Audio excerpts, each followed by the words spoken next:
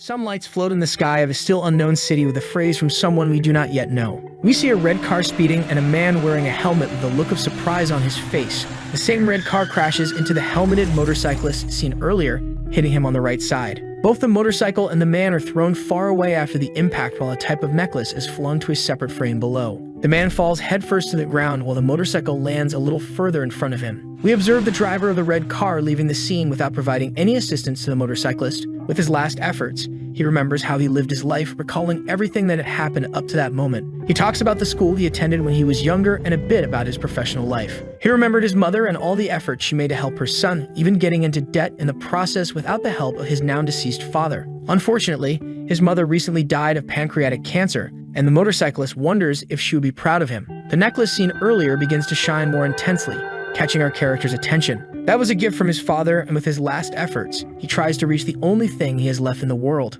Right after he manages to touch the object, we see some rays of light even stronger than the previous ones. Suddenly, we shift to a new location where a man with long hair and white robes is seen lying in his bed. The man opens his eyes and, looking at his hands, wonders how he survived the accident, being sure he had died at that moment. His mind begins to be flooded with memories of another person we discover is named Cho Huai. We see a couple coming to talk to Hui, who wakes up with some headaches a little later. A man with darker clothes and tied-up hair tells us that Hui had been sleeping for 3 days while writhing in his bed. His stomach begins to rumble while a woman in purple clothes with a sad look comments on the lack of food in her family's home. She asks the man with tied-up hair if he still has no news about a person named Bang Da. Our protagonist gives us an introduction to this character through thought bubbles about who this person might be. Bang Da monopolized iron and salt in MANHWA, saying he needed them to create a perfect sword that would be blessed by a priest. The man with tied-up hair responds with a sad face and his head lowered, looking hopelessly at the ground. As they continue the conversation, we see Hui thinking about who might be responsible for this situation.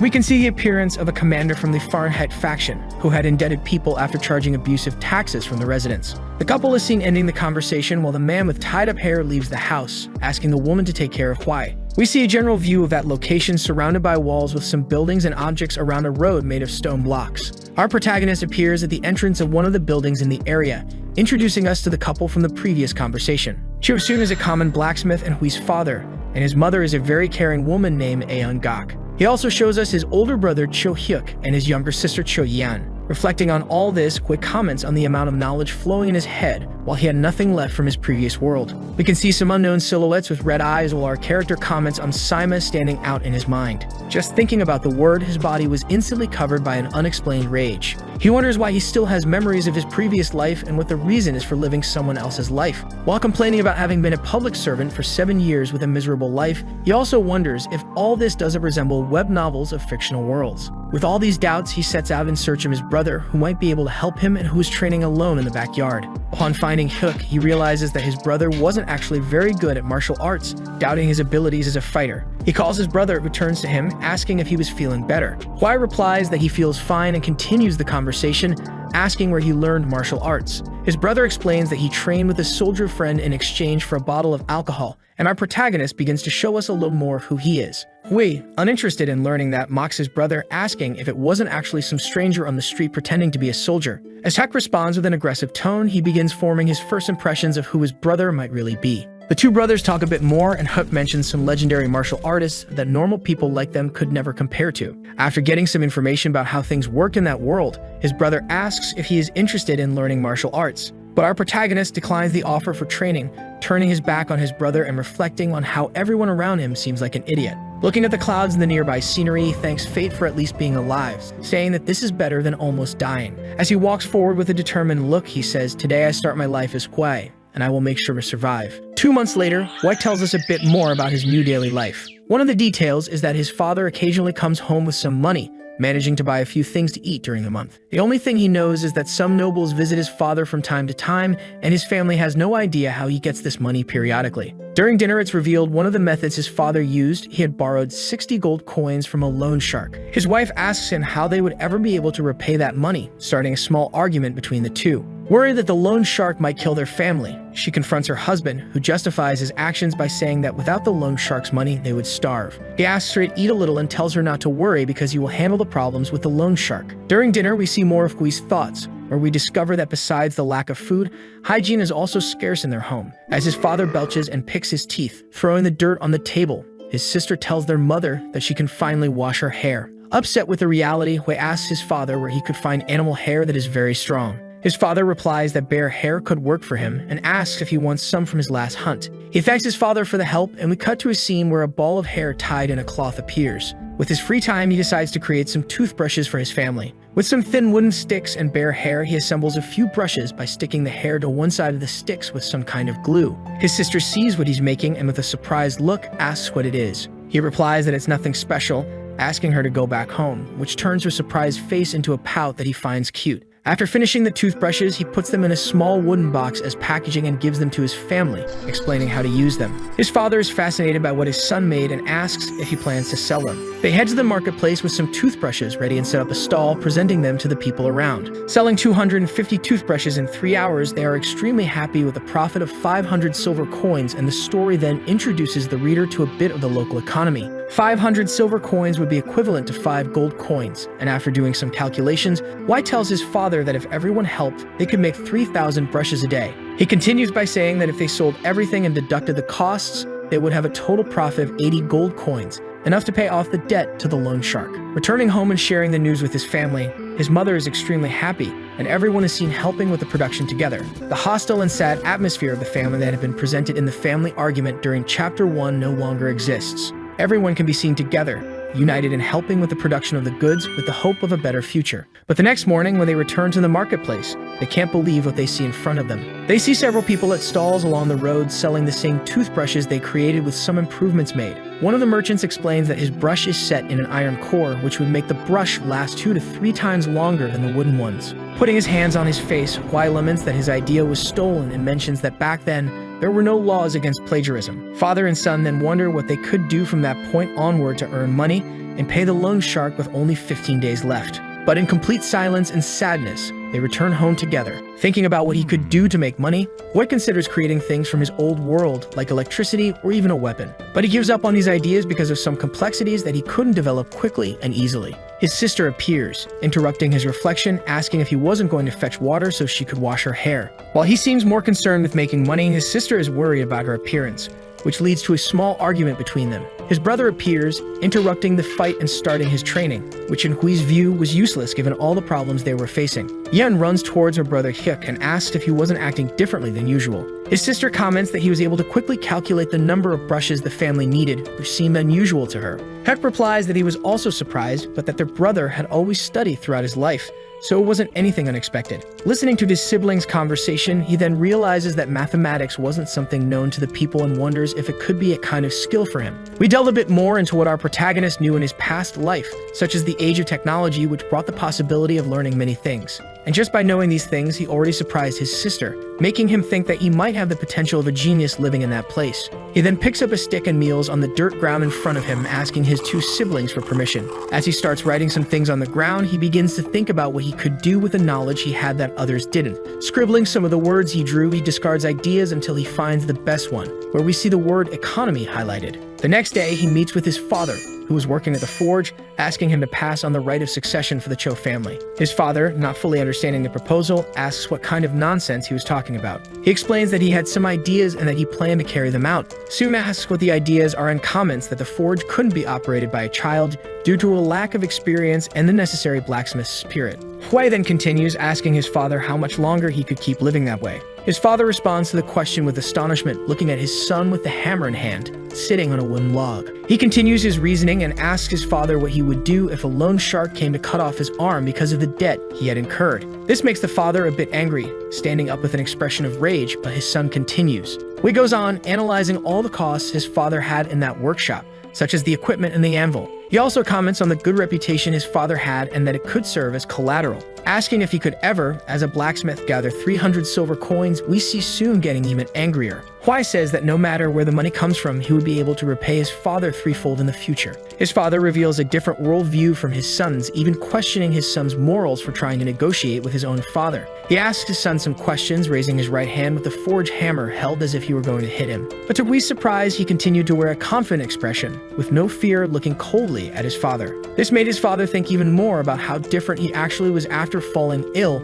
wondering if the new plan was similar to the toothbrushes. He sits down, closing his eyes and sighing Jiang asking his son to continue with the explanation of his idea, and Huai responds that he wants to have the best forge in Anhui. His father asks a few more questions, and he proceeds to explain his plan step by step. He mentions that he could buy iron ingots for 3 silver coins and that the best-selling item at the forge was the iron plow. His initial idea is to sell iron plows to farmers, reducing the current market price by 30%, which makes his father dislike the idea. Sun explains that an iron plow takes an average of 15 days to make, and Hui continues his explanation. He asks his father if he could forge the iron plow with the ingots in 4 or 7 days. Sun says it's impossible to do that in less time and for less money, because his salary was 10 silver coins per day and 4 days would be 40 coins in total. We see the protagonist explaining how supply and demand work, where he wanted to initially hire 20 people while his father would provide the training. We see some of the roles that would need to be created, such as the charcoal burner, and also how the shifts for his workers would operate. They discuss some initial details about what needed to be done and what the shifts for each role would be, and we can see his father starting to change his mind. What seemed unrealistic began to make sense to Sun, who, instead of being angry, now appeared thoughtful, listening to his son explain how everything would work. Finally explaining the last necessary role, which would be the smelters, he also mentions that he would sell everything by offering promotions and discounts for now. Each role would have a daily wage with different amounts, and if everything went as planned, they would produce 20 plows per day, increasing production later. And when he finally talks about the profit they could make by working together, his father realizes the potential of what his son was proposing. Deep down, his father thought it was wrong and against the principles of a blacksmith, but the idea of making 60 gold coins at the end of the month made him indecisive. Noticing this, Hui begins to try to persuade his father, who eventually accepts the proposal in exchange for giving up on continuing as a blacksmith. They end up making an agreement, and the chapter continues showing us Hui's new work system based on the Industrial Revolution. We see a panel showing some people working on production lines from the previous world, followed by an overhead view of a city in the current world. The image zooms in and we can see Hui and his father walking on a dirt road,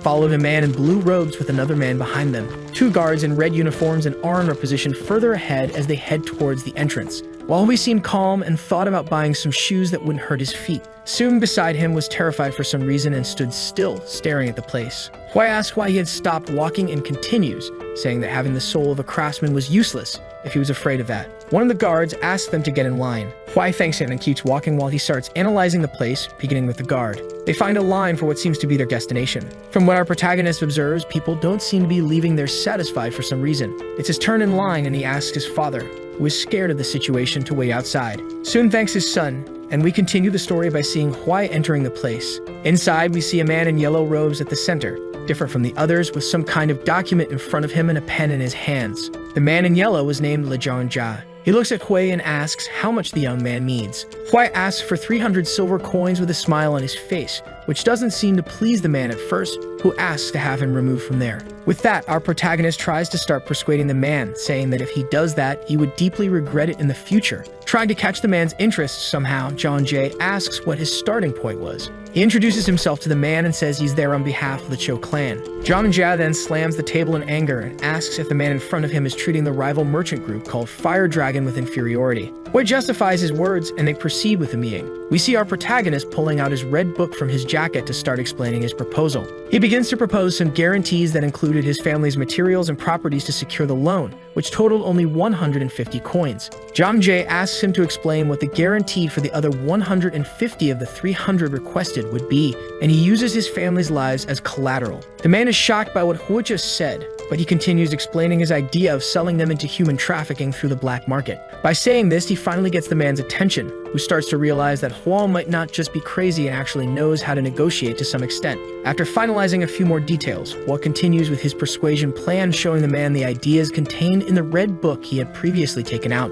Jia begins to consider the proposal with an angry look, while Huang states that if he rejects the offer, he will go to another rival merchant. Jia is surprised by his negotiation skills and orders his general to immediately bring 1,000 silver coins. He then explains that by selling his family as slaves, that would be the price for their lives, further explaining that if he didn't repay the money, he would be sold. Hua then puts his book away, and while Jia says a few more things in a threatening tone, Hua leaves. His father then asks what the next step is, and his son replies that he already put up a sign with job openings in front of their house. Returning home to see how many people were interested after seeing this sign, he is greeted by a place crowded with people looking for him. He begins conducting some tests to select only those who fit the culture of his company and dismisses those he doesn't consider capable of contributing. We see some scenes from his past life where he tells us that he learned about economics and management at his jobs and dreamed of starting a business one day. He introduces himself to the crowd and begins explaining when the work would start and the contract he had prepared for his employees. He starts explaining to the people what they can do with the contract, and some of them seem confused by so much information. Hua continues his speech, providing information about the salary they would receive, with the possibility of earning a bonus if they work more. He also mentioned the weekly paid leave, justifying it by saying that everyone needed rest to be well. To further impress the people, he mentioned a 50% performance bonus if they produced 30 kilos and met the daily target. And he said that besides the weekly leave, they would also have a monthly day off, and if they decided to work on their day off, they would be paid double. To conclude his proposal, he mentioned the annual leave, where if they worked the entire year without taking days off, they would earn 5 days of leave to use the following year. Everyone present was amazed by what they heard, and meanwhile, our protagonist recalls one of his former jobs. He explained the system he was using and asked for confidentiality from the people interested in the job. If people broke this agreement, they would be fired from the company, and finally, the crowd agreed to everything in the contract they signed. He begins to separate the people to provide job training and ensures they would be paid even if they only worked for one day. After the agreement with his employees is made,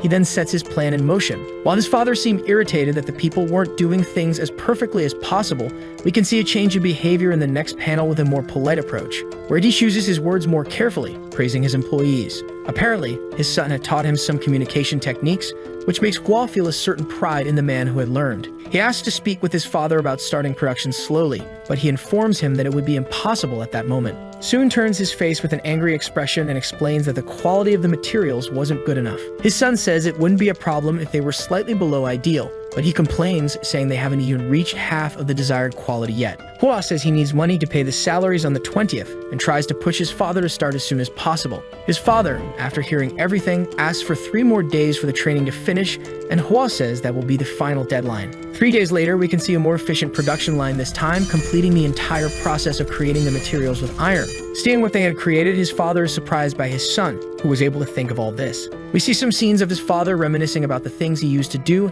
and the time he spent alone on the same tasks. Then the first item is finished, which makes his father cry, lamenting the years of life lost upon seeing it working. He begins talking to his son about it until Hua asks if the place isn't a bit emptier than usual. His father explains that some people are resting at the moment. That day, they produced 22 iron plow pieces, and in less than 4 days, they had already produced 100 pieces. After 6 months, we see a production line with many more people working together. Hua now appears in a place with several pairs of shoes and what seems to be a black bag in his hands. As he walks, we see the workshop manager, Li Yosong, ahead of him with a daily report in hand. We notice that the company now has more than one building where materials are produced and performance evaluations are still being conducted. They start discussing the management of the company while we can see the current work areas. Hua restructured the Cho clan's workshop into 3 pavilions. In the Daisen Pavilion, we found the most efficient and experienced workers who handled larger and more complex products. In the Sozin Pavilion, there were the new recruits who took care of producing simpler and smaller materials, and a newly created pavilion called Jizin,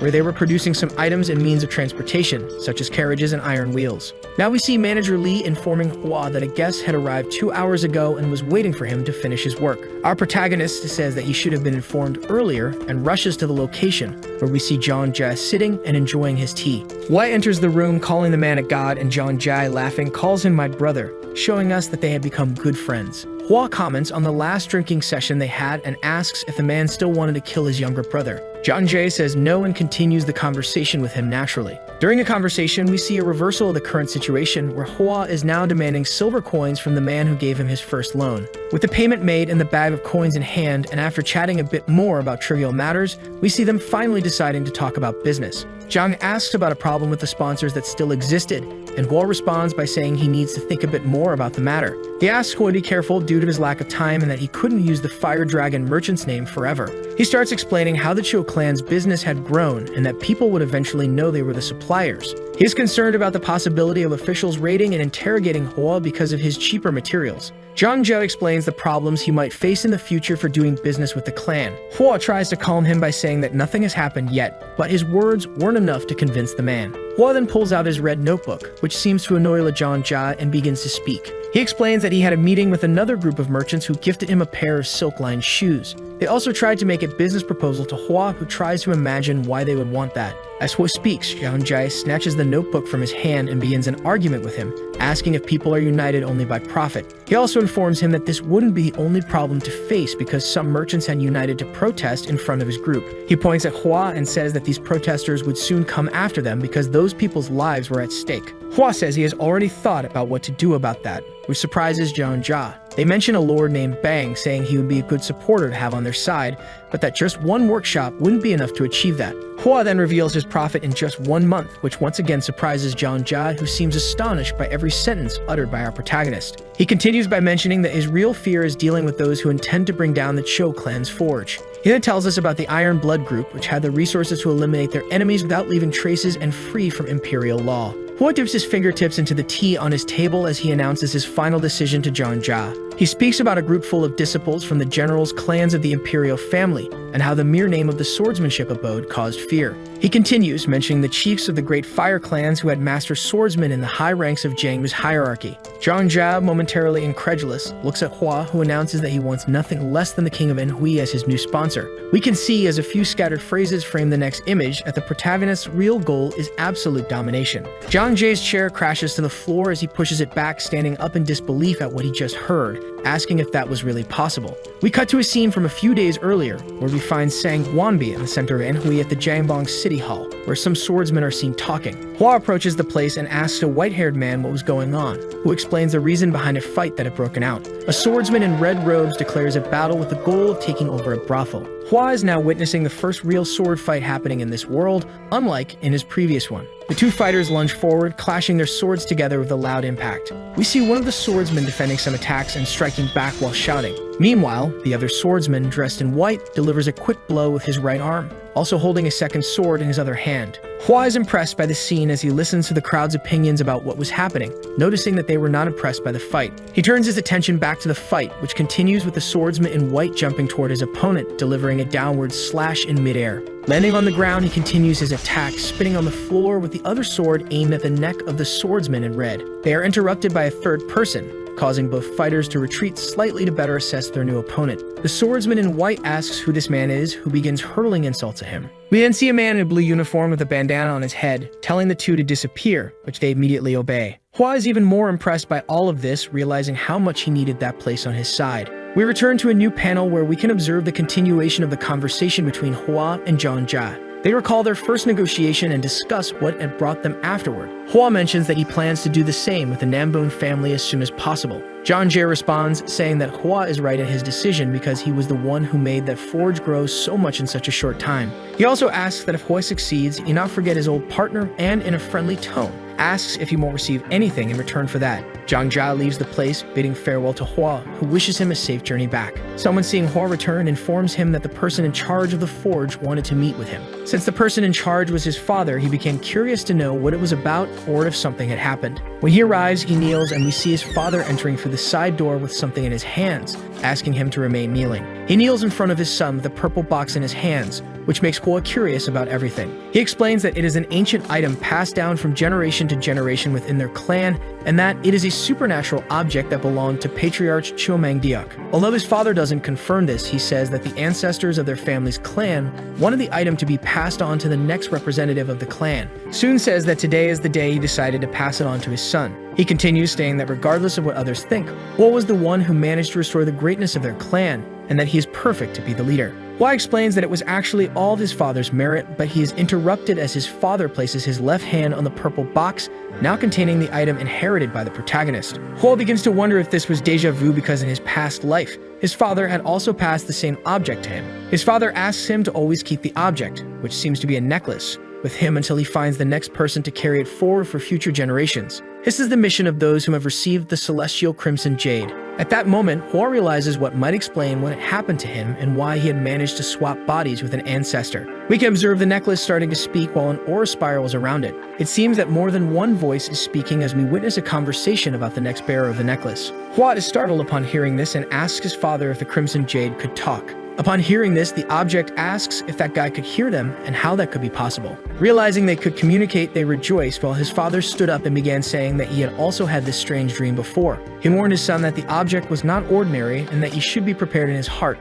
to which Hua responded that he would follow his advice. He looks back at the jewel, which says silence to Hua, as we see a man with a fully purple, spectral aura and red eyes. This aura appears in front of him and angrily asks for his name. Hua, a bit frightened, responds with his name. The purple aura continues, saying that if this person could hear them, it meant that his spirit's energy had aligned with that of his descendants. However, the aura wondered where the boy's cord was, something that Hua didn't understand. The purple specter explains that by receiving the blessing of the celestial crimson jade, Hua would gain great abilities, but his destiny would be bound to the item. When Hua's life was connected to the specters, it would be tied by a cord. However, he didn't seem to have that on his body. Curious, our protagonist asks if he would gain abilities and is informed that receiving some kind of ability immediately would be normal. The specter continues, saying it wouldn't make sense for someone without this cord to have their spirit aligned with the descendants of their clan. He asks what kind of abilities they might be, and the aura responds that it could vary depending on his desires. For example, if he were a knight seeking principles of life, he would be struck by the lightning of fulfillment to become a sage.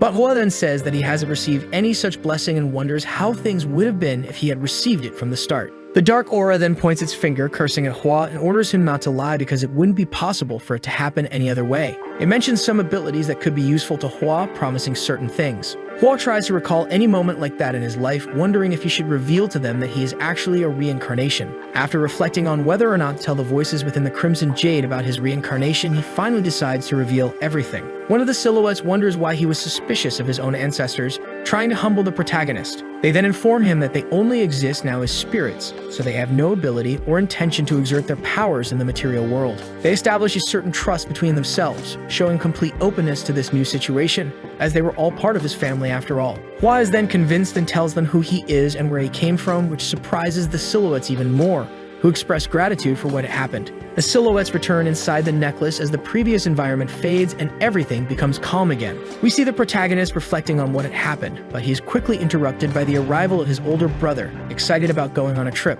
After a moment of silence, Hua shatters his brother's travel expectations by saying that, in fact, he cannot travel. The conversation between the brothers continues, with Hua saying that he is not going for mere leisure, and his brother promises to behave during the trip. He begs to be allowed to go along, but Hua refuses, saying something to distract him from the subject of the trip. His brother initially falls for it, but soon realizes that Hua was trying to change the subject and resumes pleading to join the next destination. His father tries to help his son Hyuk by asking Hua to take him along so that he doesn't have to bear the responsibilities alone since he is the older brother. Soon, in an extremely polite tone, asks Hua to give in just this once, and we can notice how this character has grown over time. Because of this, Hua asks if he will at least remain silent, and Hyuk affirms that he will, prompting Hua to agree to take him along. Meanwhile, we see a silhouette approaching Hua, informing him that a crowd of armed people was heading their way. We then see a man kicking open the door, followed by some people using their tools as weapons behind the clan leader. Hua introduces himself to the crowd as the leader of that clan while hearing insults and threats from all those present. He asks why they were angry with him,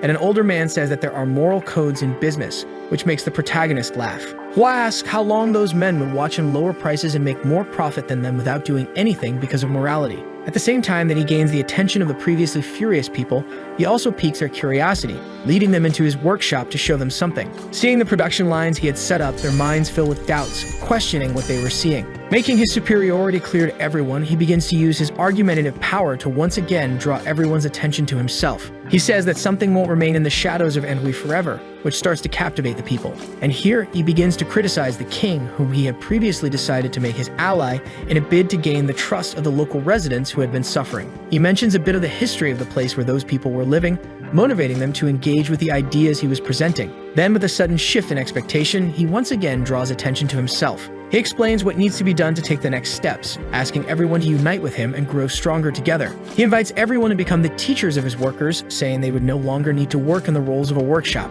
He pulls his father to his side and introduces him as the master of the true clan, saying that he alone was responsible for supervising the men at work. He starts presenting his proposals, highlighting the benefits they would receive and all the details that would seem advantageous to the crowd. Meanwhile, he walks toward a place where something is covered by a brown cloth, presenting it as his new solution. Under the cloth is a sign for the new MANHWA workshop, but this would only happen if they accepted his proposal, which left everyone excited. When they agree, he asks his father to summarize the roles for the elders, Dropping his friendly facade, we now see him with a more hostile expression, saying that this is called a hostile takeover, or M&A. He approaches Lee in another location in a new panel, and they begin talking shortly afterward. Hua asks him to move half of his workers to another pavilion, while his manager asks if he's finally planning to develop the carriage. The protagonist says he is absolutely right and explains his plan to build something more technologically advanced that doesn't yet exist and has usability in that world. As they wrap up the conversation, he also asks that everything be prepared for the next day's journey at Hefei. But to his delight, everything was already prepared thanks to his manager being a trustworthy person. He asks how long his master will be away, and the master replies that he doesn't have a set return date because he needs to achieve his goal.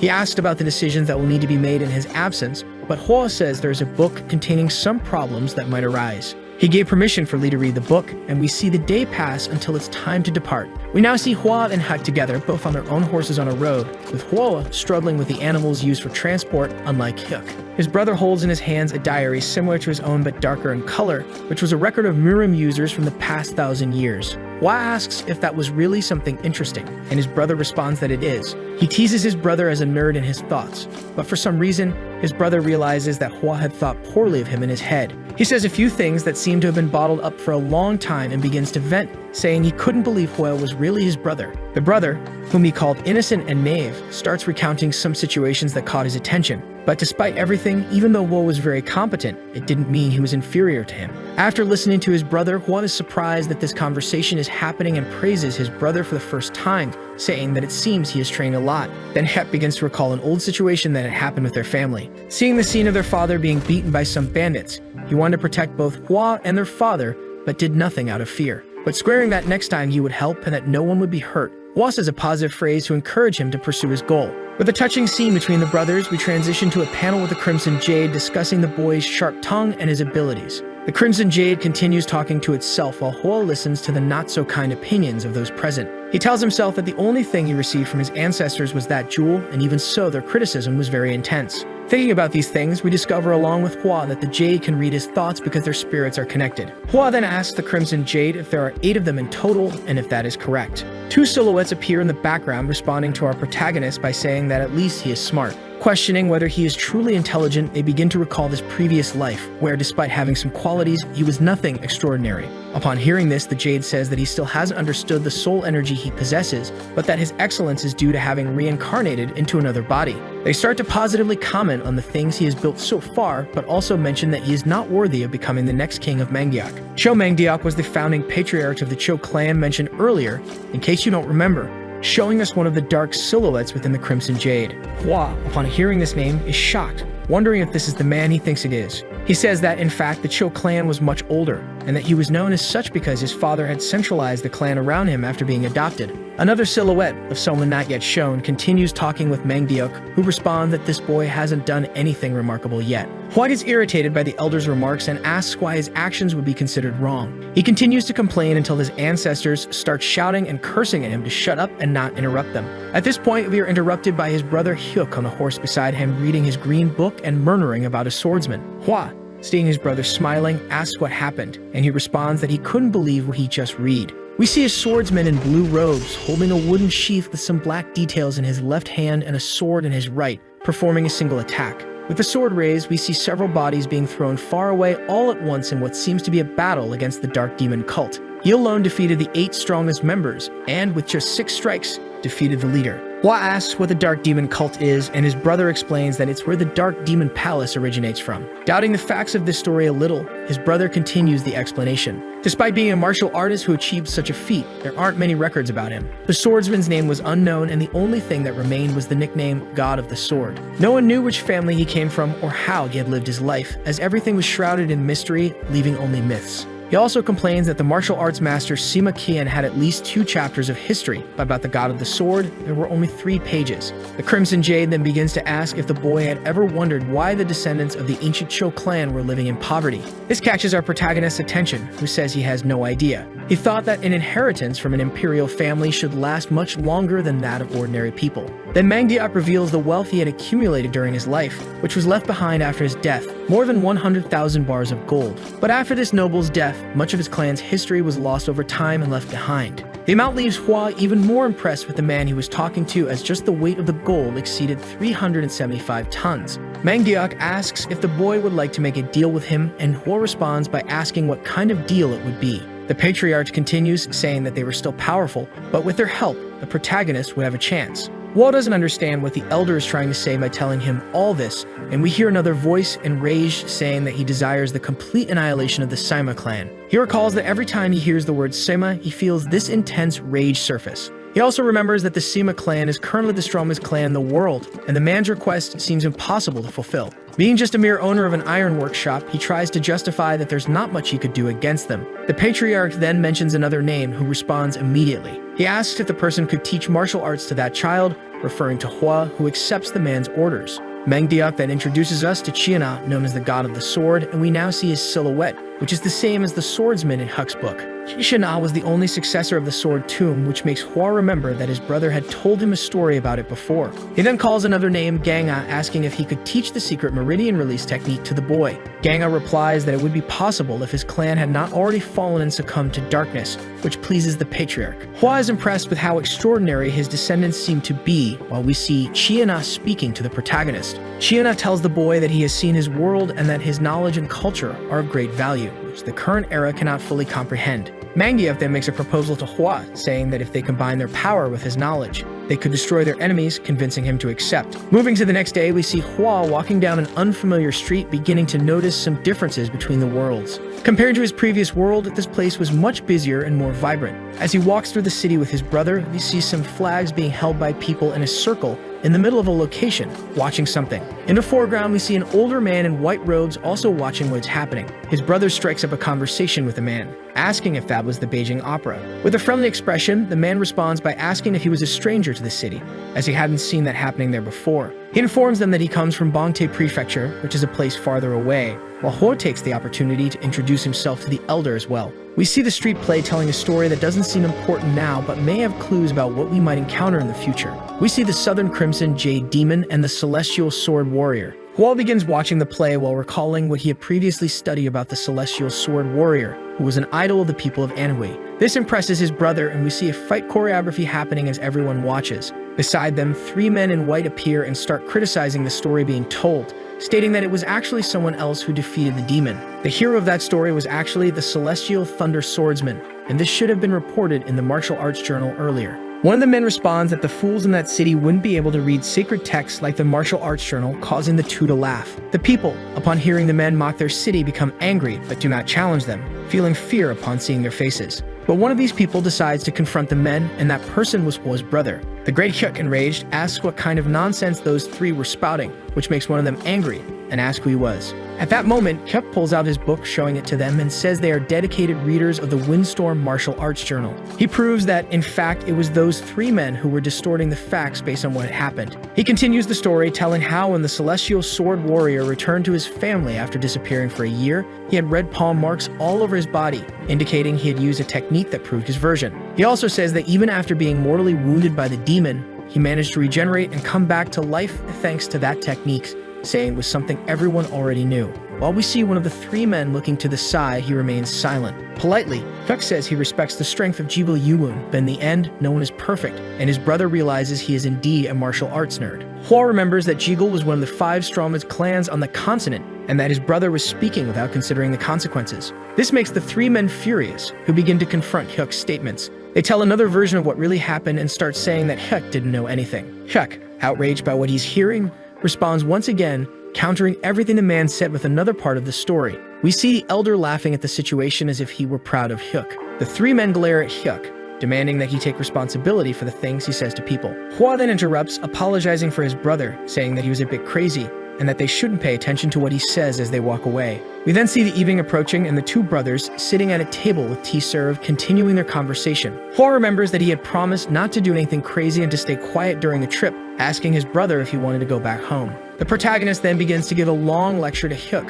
who listens with his head down, unable to say anything. We then see Jeonja appear, and Hua calls him over to his table, addressing him as Hyunim. Jeonjae approaches, asking what had happened between the two, but Hwa says it was nothing serious and asks him to sit down. He asks Jeonjae to tell him everything he knows about the Namgon clan, and Jeonjae replies that all the information is available in the martial arts journal. But what Hwa really wanted to know were the things that aren't told to anyone, like conflicts and cases of corruption that they try to hide. Unfortunately, that kind of information wouldn't be something a mere merchant could have, but he explains that it wouldn't be impossible to obtain. He says there is someone called the Night Butterfly or the Forest Under the Moonlight, who are excellent informants and might have the answers he seeks. However, it would be extremely difficult to make contact with them as merchants, and they might even be extorted. We learn that these two are legendary informants in the martial arts world, to the point that no one is really sure if they even exist. Hwa thinks and reassesses the situation, asking how long it would take to arrange a meeting with the Namgon clan. Jeonjae explains that the number of people seeking contact with that clan daily exceeds hundreds.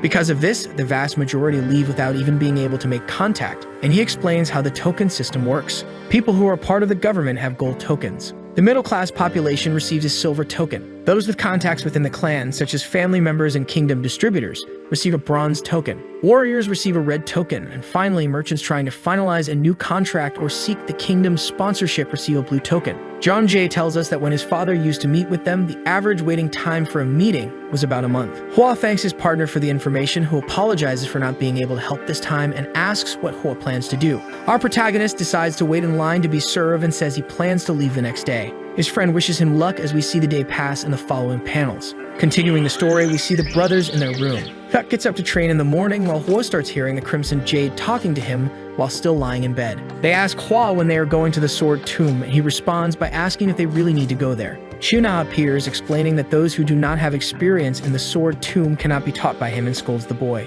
Hwa replies that he wouldn't be able to go right away because it would take some time to get there, and he had some unresolved matters in the area. Chiuna shouts for him to be quiet and not to undervalue the teachings of the sword art that he possesses. He angrily declares that he had been the god of the sword and some other things, while Hwa visualizes the entire route he would need to take to the location crossing two territories. It would take about 5 months if the journey had no issues, which would end up costing time and money. But even so, he couldn't afford to miss learning that at some point because he saw a certain value in that knowledge. He says he will go as soon as possible to the tomb, which makes Chiuna ask when that departure would be. He responds that he would need about 2 months, which doesn't please the swordsman, who starts complaining and urging the boy to hurry. Saying that there were no other options left, we see a purple energy surrounding Chiuna as he begins to do something with Hwa's body. He explains that he is amplifying the energy and taking control of his body temporarily. Hwa begs him not to do it, but it's too late, and we see Chiuna complaining about how pathetic that body is. He uses a skill called Innate Ki, and an explosion of energy occurs in the following panels. We now see that Hwa has a different aura than before due to what Chiuna did with his muscles and Ki meridians. With a fearful expression, Hwa says that from what he knows, if a person uses their innate Ki, it loses vitality in exchange. Chiuna replies that yes, but it wouldn't be a problem to lose just 10 years of life. Hwa, upset with Chiuna's decision, asks if he wasn't being a bit careless with a body that didn't belong to him. Chiuna responds that he doesn't need to worry about that if he masters the sword arts completely, then returns control of his body. He begins to feel pain throughout his body, falling to his knees on the ground while a voice from within the Crimson Jade complains about his fragility. Due to the significant energy consumption, the spirits tell him they will be absent for a while, asking him to take care of himself in the meantime. We then see Hwa unconscious on the ground after a brief passage of time. He looks at his hand, sees a yellow energy, and begins to question it. He could see his energy and his vision had instantly improved, allowing him to see everything more clearly. He notices a ball of yellow energy in his chest and swings his right hand, imitating the movement of a sword, which works perfectly. At that moment, he understands why his brother was so fascinated by this and begins to wonder what his limits might be. The day passes and we finally see Hwa and Hyuk going to meet the Namgon clan, only to be confronted by a crowd of people. Hwa signs his name on the waiting list and begins to wait his turn with his brother. We see various people at the tables around the place, and Hyuk, amazed by everything, notices that even the regular guards there seemed quite strong. Hwa asks what he could do to shorten the waiting time, just as the same elder from the city approaches them from the side. The elder strikes up a conversation with Hwa, who apologizes for not being able to say goodbye properly the day before. They look at each other, and the elder asks where the hall's representative is. The representative arrives, and the elder orders him to give gold tokens to Hwa and Hyuk, sending them directly to the main hall. Not quite understanding, Hwa asks the elder why he was sending 2 foreign merchants there. The old man responds in a more authoritative and aggressive tone, explaining what had happened the previous day. He tells how the two had challenged the Jeagle rebels and defended the honor of the Nambone clan. The young man then obeys the orders, and we see the two brothers happy that they no longer have to wait so long. While waiting in a private room, a maid asks if Hua would like some more tea, which he declines. Hua begins to stare at a painting, and a voice from the jade asks if it isn't a work from the Yingsu generation. Hua, remembering that the Yingsu generation's paintings come directly from the Bronze Age, asks if she might be mistaken. Mangdiok interrupts the boy, asking how he dares to doubt the eyes of Zhou Yu, who was a great scholar of Hanlim. Hua apologizes as Zhou Yu continues to speak about the painting, its name, and the techniques used to create the work. During the conversation about the painting, the elder hears Hua say the name of the work and its details aloud, causing him to drop the teapot and break it on the floor. He is quite surprised, and we see that throughout his life, he had never been as astonished as he is now, asking who Hua's art teacher was. Realizing that he had been speaking aloud, Hua hears Zhou Yu say that there would be no problem in responding to the man. He just needed to inform him that he was a descendant of the great sage Cho, which was his nickname in Jianghu, and we see Hua repeat the instructions given. The elder is surprised to see in person a descendant of the great sage Cho Yu, who lived 300 years ago, while we see two new people entering the room. The two brothers enter the room, and Hua introduces himself to them. At first, they think he is a disciple of his younger brother, but he explains who he is. Interested in Hua, they begin to discuss among themselves how this man had all of his key passages open and yet didn't appear to be a fighter. One of the men grabs Hua by the shirt, pulling him close, and begins to wonder about a few things that don't make sense in the situation. Analyzing some details about how Kai worked in that world, we discover a few things. At the same time, Hua seems to be a pure master, but his body doesn't appear to be trained. And pure masters, after starting a process called acceleration, which was his case, could identify others who were doing the same as him. The man comments that with every passing second, Hua's acceleration was increasing, and that he had never seen anything like it before. We discover that our protagonist's acceleration would be complete in 3 years, and after that, he would become a true master. They praise the boy, saying he could become someone incomparable, even asking if he wasn't a natural talent. The milestone of ascension would be the next step, but only 7 warriors had reached that state before. After all this, Hua asks the man, who is still holding him by the shirt, to please let him go because he can no longer breathe. He releases him and asks if Hua does not intend to change his surname by inviting him to join his own family as his adopted son. Hua starts to consider the proposal to change families, but his ancestors within the Crimson Jade begin to curse the boy as a traitor and scoundrel. As Hua listens to the criticisms, his brother kneels, greeting them and asking to be given the surname as well, asserting his loyalty to them. While the ancestors within the Crimson Jade complain about Kyuk, a man praises him, saying that he was not so bad but declines his offer.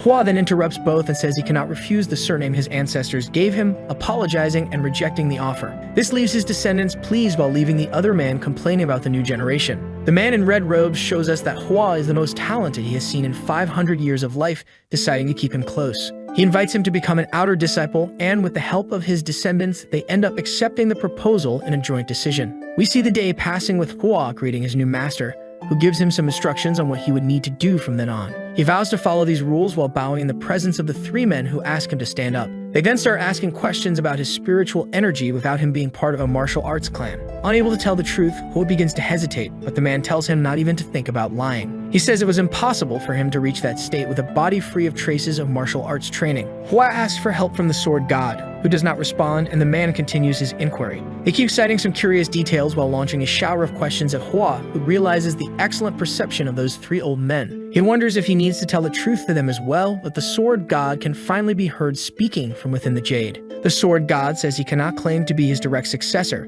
but instructs him to say that he had a secret specialist helping him achieve that. The old men hear Hua say this, disbelieving the boy's words, which ends up making one of them angry. Hua apologizes but insists that this would indeed be the truth. The man asks Hua to prove his skills by demonstrating a bit of what he knows, which leaves him without a reaction other than denying. They discuss a bit more, and the man explains that everyone needs a master to learn those things. We can see the Sword God complaining about the man who spoke incessantly and asking him to suggest a verbal martial duel. He explains that this would be the only way to gain their approval since he did not know martial arts. Hua follows his ancestors' orders, resulting in the start of the combat, where they loudly proclaim what they are doing and planning. They start to imagine and narrate their own actions, which makes the Sword God irritated with the low level of the man. After a duel of 4 rounds, Hua manages to defeat the man who is said to be a celestial swordsman. And while the brothers debate whether the boy is truly just a novice, they are impressed by his performance. The man asks them to fight once more in the same style, and Hua asks the elder to take the fight seriously this time. We see that in the second fight, where both are taking it seriously. Hua needed only 9 rounds to defeat his opponent again. A third duel takes place, but this time Hua lets the man make the first attack to gain some advantage. But this does not prove efficient after seeing that after 5 rounds he had been defeated again. They continue this until the old man accumulates 13 consecutive losses and asks for 2 more weeks to train and have his next duel with him. The man departs at high speed for his studies while we see the sword god commenting on what he would do if he knew the truth. We then see his brother appearing unexpectedly behind him, asking what kind of monster he would be after all. After watching what had happened, Huck begins to wonder what kind of person that was. He could not believe that all of his training and effort were nothing compared to what his brother had shown, and Hua interrupts his thoughts, saying he would explain everything to him at the right moment. One of the elders begins to think about arranging a wife for Hua so that he continues in the Nambone kingdom and considers introducing his granddaughter to him. His granddaughter was known as the most beautiful flower in the Nambone kingdom, and he could introduce her to him if he wanted. Meanwhile, the old man in white interrupts and says that, in fact, Soso Nambone is engaged, which apparently displeases the other elder. And before the man could finish mentioning the name of his granddaughter's future husband, he says he would not give his granddaughter to a broken monk. The day passes, and in the next scene, we see Hua deep in thought about having to wait there for another 15 days. He needed to leave to expand his business at his workshop and visit the tomb as soon as possible. As he wondered where Soso Nambone might be, he observed some instruments present in the location where he was. He began playing a stringed instrument that reminded him of his old guitar from university days in his past life, which is shown to the reader. But as he immerses himself in the sound he is creating, Soso finally appears, startled by what he had done. She apologizes reflexively, and she continues asking questions about how he had created that sound by playing 3 notes and creating a new harmonic note. She asks him to teach her how to do that, and he agrees, asking only if she could tune 2 more strings of the instrument. They start talking a bit about normal and harmonic notes while Hua teaches the girl step by step. Soso is impressed with what she is learning, while Hua also seems to be enjoying spending this time with her. In the background, her grandfather is pleased to see his granddaughter smile for so long, as it almost never happens. The girl asks if she can try what she just learned, and Hua realizes that she is actually more talented in music than he is. Soso's grandfather asks Hua what he thought of his granddaughter, and he responds by saying she was as beautiful as the rumors suggested. Embarrassed after saying that, he informs that he is leaving because he needs to meet his master. The day passes, and we cut to the evening, where we see Hua trying to talk with the spirit of the sword god inside the Crimson Jade. He asks more about what had happened to his body, and the spirit informs him that it used the celestial great sword cultivation technique on him. Hua seems apprehensive for not fully understanding everything, but the sword god manages to calm him down little by little during the conversation. Our protagonist discovers that this technique was compared to a divine art, or even to the origin art of the last martial god. The sword god explains a bit more about everything, and says that since the internal energy was forcibly injected into him, the side effects would appear soon, showing us that since it was extremely difficult to achieve, if Hua were to meet someone the same level, he would lose the fight. To resolve his lack of martial practice, he would need to quickly go to the sword tomb. And if he did not go there, it would be comparable to a baby who was born with the strength of an adult human. Hua says that after finishing his tasks at that place, he would immediately go to the tomb, and his ancestor responds that the sooner, the better. A few days pass, and we see 2 people in the next frame. The 2 are sitting in chairs facing each other, showing the older man with the blue sword by his left side. This older man was Hua's master, who asked the young man to perform the next move in the fight as if he were training. The tired-looking man narrates his combat actions, and the old man calls him a fool for using that combination. With a tone of superiority, the old man explains his next attack, resulting in a cut to the young man's legs, who, without much discussion, accepts his defeat. The elder, pleased with the result, rejoices while saying that this should always be the correct outcome with his victory in the end. And as he hears this, the other man says he can no longer stand training with him, as he had been away from his family for 2 days. But disregarding this, the old man continues to think about the moves Hua would make in the fight, showing us that the man is completely obsessed after his loss. He explains the conclusion of his reflection out loud and says that Hua was using the weight of the other person in his favor, and with the training scene ending, we close the chapter. It was obvious that he was saying he would establish a new merchant group, as they should not hesitate while they still had the sword plaques in their possession. His employee seems somewhat doubtful about everything that had been said and shown. The boss then asked a question about the profit of the Fire Dragon merchant group and was told that it would probably be the same or close to that of the workshop. He then revealed that the gain was double because the team had earned 1,000 gold coins from an investment of 60, which was an insane profit compared to the expenditure for the return. His employee then questioned him because he was a sworn brother of Mr. Jung, but was told that from his part, everything was already done, and that loyalty was enough up to that point. In the business between merchant groups, there is the rule of equivalent exchange, and that agreement, which only benefited one side, could not be maintained. The man had always warned him about this, but Jung never had the goodwill to make an attractive offer, so this would be the end of the joint business between the two. Furthermore, this company would only tolerate losses because of the ingots, and as long as they had the iron mines, there would be no possibility of loss or money deficit. The boss then told his employee that he wanted him to take over the merchant group,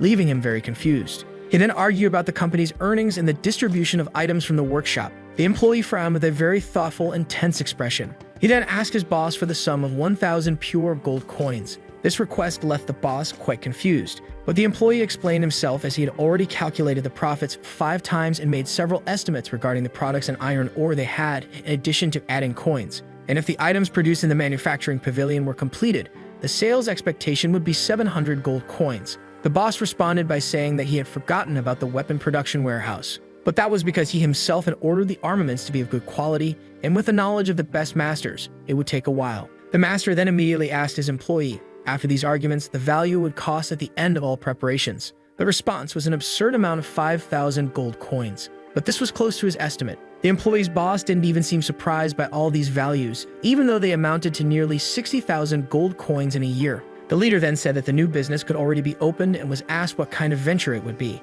He then opened a large document. His employee quickly noticed that it was a map of Hefei, while his master thought about the small carriage they had previously been asked to develop. That thing was called a bicycle by him, and then he ordered that once ready, 500 of them should be immediately taken to the warehouse. His employee then asked about how long they would remain in the warehouse and when the sales would begin. He responded by saying that the time would be long and none of them would be sold. The employee was surprised by that information with a very puzzled expression. His boss then asked if he had never thought about how great it would be to have a food delivery service in the nearby inns. And this job would mean that a person would deliver the food to another person at their residence. His employee became very excited upon hearing this and realized that this was the business his boss had mentioned a few days ago. He had noticed that anywhere there was an open road in Hefei, the couriers could work and deliver any kind of food. He then showed his employee the blue points on the map, which would be the status boards for the delivery service. There, the delivery employees would be every day at a certain time and would receive the lunch and dinner orders from the customers. Payment would also be made at that location, and when they received the order, the employees would write the location and time on the status board. That man with the funny mustache was left speechless by his genius boss's plan. After the whole process, the employees would check the status board and return to the inn to receive the next orders from the district. The employee then asked his boss about the bicycles. He was told that they made the delivery faster and were a revolutionary invention to deliver the food before it got cold. He was impressed by that and also asked about the 8 red points on the map. Those dots would represent all the inns. The employee then thought that the new type of business had no competitors because the bicycles would not be sold to other companies. But the production costs would be very high, and they would probably need to employ hundreds of people for the delivery service. Your boss says that they would make customers order even with the high price, leaving him quite confused. All the food there was tasteless and really had no flavor. Salt and sugar were very expensive and spices were rarely used along with a limited variety, making everything completely bland. So the boss immediately asked his employee to buy a large quantity of sugar and salt from Jiangnan, leaving him confused. They were going to create a new dish that customers would fall in love with and buy, even if it was very expensive. The man's employee was very confused about all this and asked if he should prioritize the business instead of the workshop. He was told that he could indeed do so, and then he immediately said he would do his best. The wonderful flavor of the modern era would be presented to the people of the Central Plains. On another day, the sun rose in a beautiful place, in the territory of the Nambone clan, which had a huge staircase and many trees. This man in blue was the leader of the Nambone clan, Nambone Beg. Upon reading the scroll, he was impressed and doubtful about something. The Cho family's workshop possessed an impressive celestial sword plaque. He wondered about Hui and who this guy was because he had something very rare that was only issued 3 or 4 times a year. That item had been given to him when Nambone was on a business trip in the city of Henan, and who had gifted it to him was a mystery. It was insane because the statuses had been completely ignored, along with the procedures and rules. 3 months ago, he had taken in a poor young man, and now he had given a celestial sword plaque to an unknown workshop. The man in blue clothing could not tolerate this in any way. He began walking through his territory. He soon wondered why there was no one training there. It was peak training time, and the green and blue dragon brigades had simply vanished. He closed his eyes with a very thoughtful and confused expression, and then he wondered why there were so many people gathered right there. All the men saluted the great and majestic clan leader. The leader asked why the green, blue, and sun dragon brigades were all there. They explained that they were in the middle of a verbal martial arts tournament, which left him very confused, because he thought that was completely forbidden during work hours. But again, the brigades explained that the brigade leaders had allowed such an act, leaving him even more confused. He then wondered why the clan's system and tradition had collapsed and changed so much all of a sudden. He scolded them all, saying that the path of the sword was infinite and did not allow strange attitudes or jokes. A man with black hair tried to explain, saying that the brigade leaders had witnessed it with their own eyes, and he was immediately questioned about it. He then said they had reached enlightenment through verbal martial arts. in addition to reaching the celestial eye stage, leaving the leader stunned because it was rare and only happened when a person mastered the clan's sword techniques. Everyone became very excited and said they would do it too. The leader then thought that now that they had seen someone reach the ascension stage, they thought it was worth training in verbal martial arts and immediately asked a question. He discovered that the opponent in this verbal duel had been an inner disciple of the director, leaving him very confused about this information he had just heard. He then thought that since he had fought with an outer disciple, this could undermine the family's hierarchy. After some questioning, he learned that the person was a young master named Cho Huai from the Cho clan's workshop. He was stunned because it was that young man again.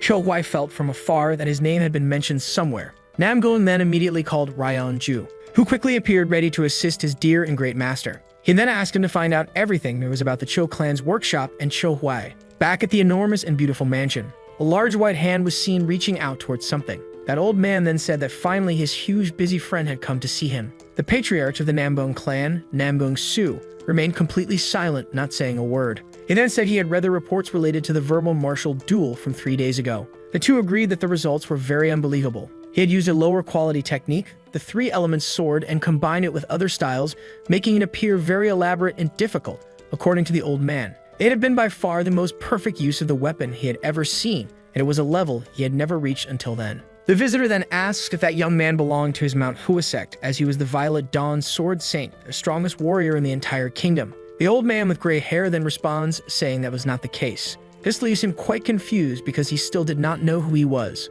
The man then lets out a deep sigh and says that he will understand sooner or later, and he hopes for his ascension as well. The man congratulates him on everything, making him very happy and cheerful. There among so many houses, the sun rises, a person arrives, and greetings are given. Comments about the swordsman of Hua are heard around, and even that Hua Siu Mayong was nothing more than a mere useless scoundrel. He is surprised because he didn't know that all the heroes of the Jagal clan would be there. A man asks him if he is well. This young man is the young master of the Jagal family, Jagal Woon. Once again, greetings are given to Hua Siu Mayong, and the one who greets him is the young master of the sword. Quickly, Hua Siu Mayong goes to greet Miss Namgung and compliments her a lot since it had been a long time since they last met. Zhang Ho then scolds him because his frivolity seemed to have not changed at all. Hua says that since they were there, they would probably have a beautiful reception banquet. Zhang Ho thinks that if it weren't for the clan's orders, he wouldn't even want to meet those fools who did nothing but spit on the name of his precious father. He then says that they would all leave immediately after eating. The man with the hair asks what that man in brown wants, and he is told that he wants nothing.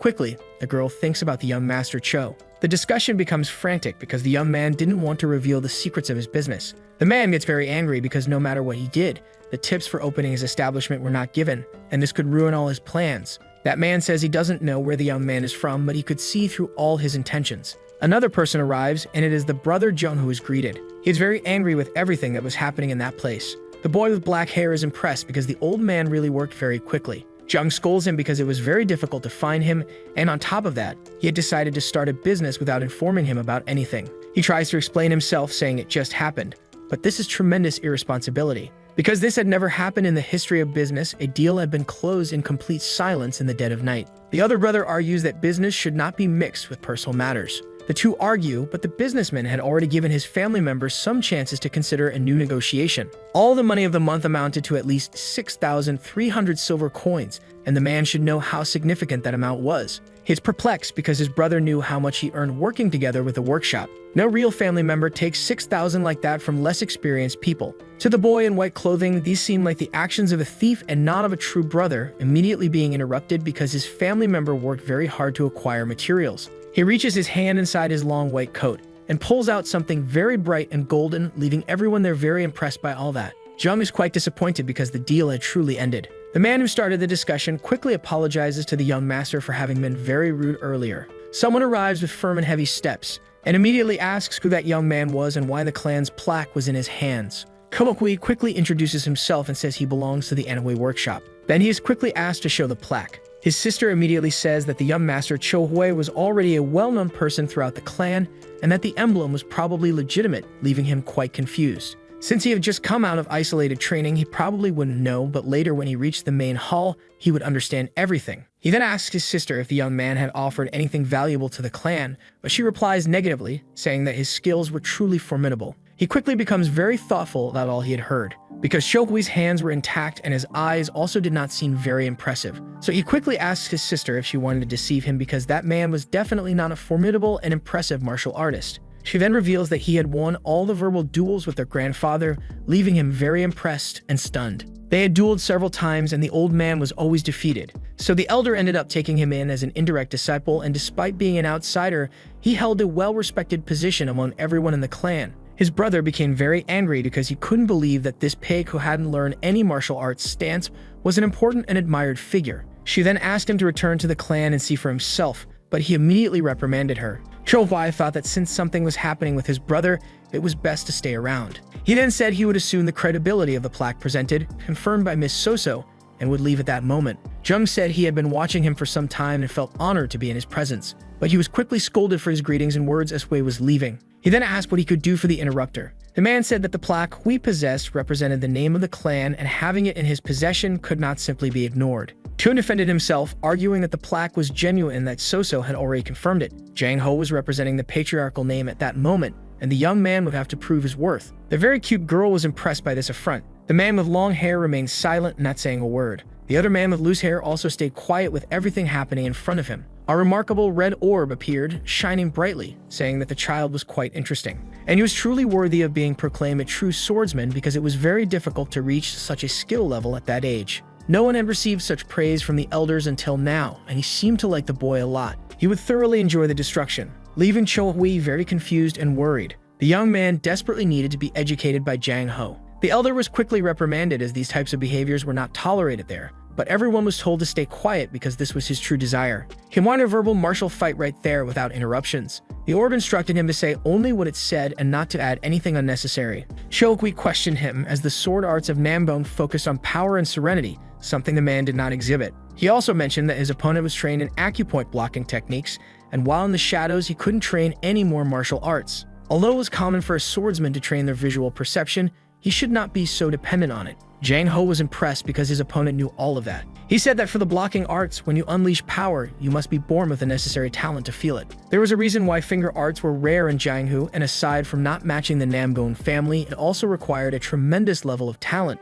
Jang Ho became very angry with a furious expression after hearing from his opponent how talented he was. He immediately ordered the boy to shut his mouth. He was then retorted by Cho Hui, who said that he was too obsessed with unsheathing his sword, causing his arm to be in that state. Jang then asked what was wrong with his upper limb and was told that the right one was somewhat larger. The muscle in his shoulder was swollen, and only the acupoint at the gate of the cloud was developed. This was a typical trait of an obsessed swordsman. The marks of a rock that stands strong even during long storms were evident. He thought about unchanging rocks, the entire path of a great dragon that punishes the corrupt world while watching it, enduring all creation, was the path of the rising dragon.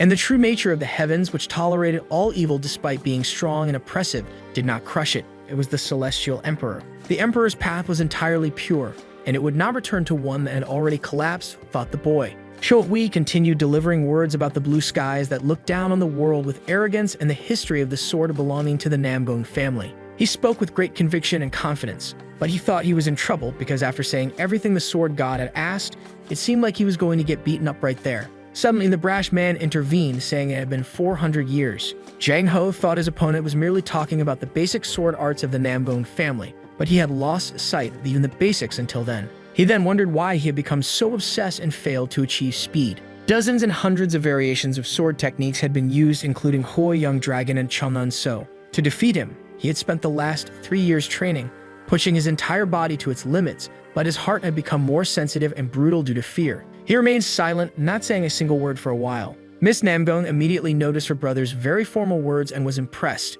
Jang Ho told Cho Hui that he had scolded him just like a family patriarch would, and he wasn't so blind, thus no longer doubting his abilities. Even based on the hierarchy, it was right to treat Cho Hui as a master under certain circumstances for the young patriarch. He was quite impressed because this was indeed the expected behavior for someone from the Orthodox sect, and it was truly incredible. He then told the young patriarch not to worry because his grandfather had forced him to become a disciple, and how he was treated didn't make much difference to him. That man observed from afar, thinking about how impressive it was that Jang Ho respected Cho Hui completely. And soon Li Zhengji introduced himself as his sworn brother, and also the third son of the Fire Dragon Merchant Association. He was somewhat ignored as the two new friends left the area thinking about what they would drink after all that unnecessary conflict. He then thought that his relationship with that boy couldn't end that easily. He quickly called Hui and asked for at least a small favor. He was scolded not to exaggerate things because even the accountants of the Fire Dragon Merchant Association received salaries. He quickly retorted, saying that Cho was up to 20 times faster than them. Huai then asked Zhang for permission to resolve that somewhat embarrassing situation.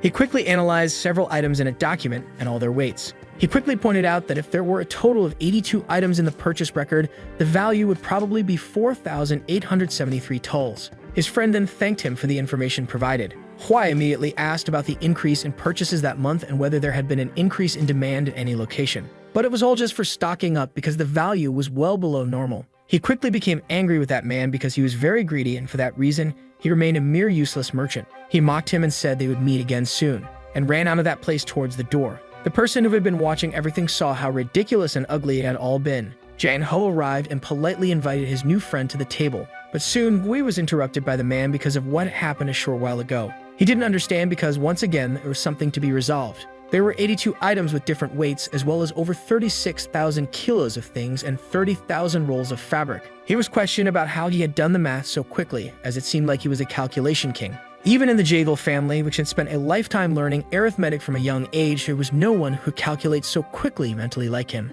Many questions were asked, such as the method he had used and whether any object had been used. This left him very confused because that wasn't what he had done. He wanted to explain everything, but it was modern mathematics and the man was treating it as if it were a superpower, even though it was something simple. Since he needed to give an answer somehow, he decided to try and ask his friend a question. This left him quite puzzled and confused as he thought about how to multiply the number 5 by nothing. But he hadn't considered that nothing could be some number before one, feeling even more lost. Because it was a strange logic for the non-existent to be a numerical representation. Moreover, numbers were based on something that exists, and nothing did not exist. Shovai told him to just forget about that fake conversation. But the man became desperate, asking him to explain how all this would work. He quickly said that since it couldn't be multiplied, it remained the value of a simple nothing. He became even more confused because, in his logic, the number 5 would remain. His friend sighed deeply at all the stupidity he was witnessing in front of him.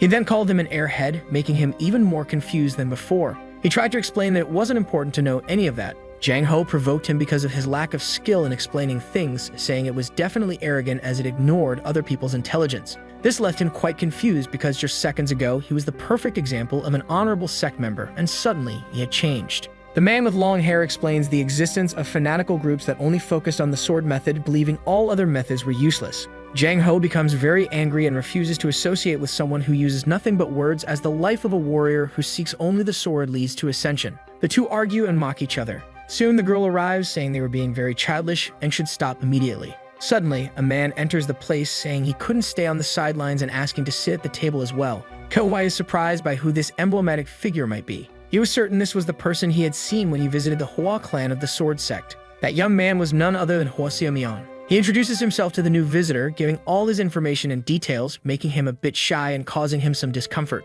In his mind, he thinks that this little troublemaker didn't even remember looting all the money from the workshop. The young man flirts with the girl again, complimenting her. She then looks and says it's true. She hadn't had the chance to thank him before and quickly apologizes and expresses her gratitude for all the lessons. Kowei feels a bit shy because it was nothing, and there was no need for all that. The boy in blue asks if she had also verbally dueled with the young master. She says not everything is training, leaving him even more confused. All the lessons she had acquired were from the musical branch. Her brother is very confused upon hearing this information, because that boy probably had musical knowledge as well. He says he is merely a merchant working in a simple and small workshop. The man is very confused about who Cho Huai really is, considering all his achievements, wisdom, and skills, meaning that man had been the greatest gain he had received in Hefei. A somewhat golden object is seen there suddenly. It was the Yellow Phoenix fan of that clan, and it signified a beautiful invitation to the boy. Out of nowhere, a hand slams down hard right there. Jang Ho is very angry about that invitation, leaving his friend quite confused. The reason for his anger was that the young master Cho held the clan's emblem and was not a fragile outsider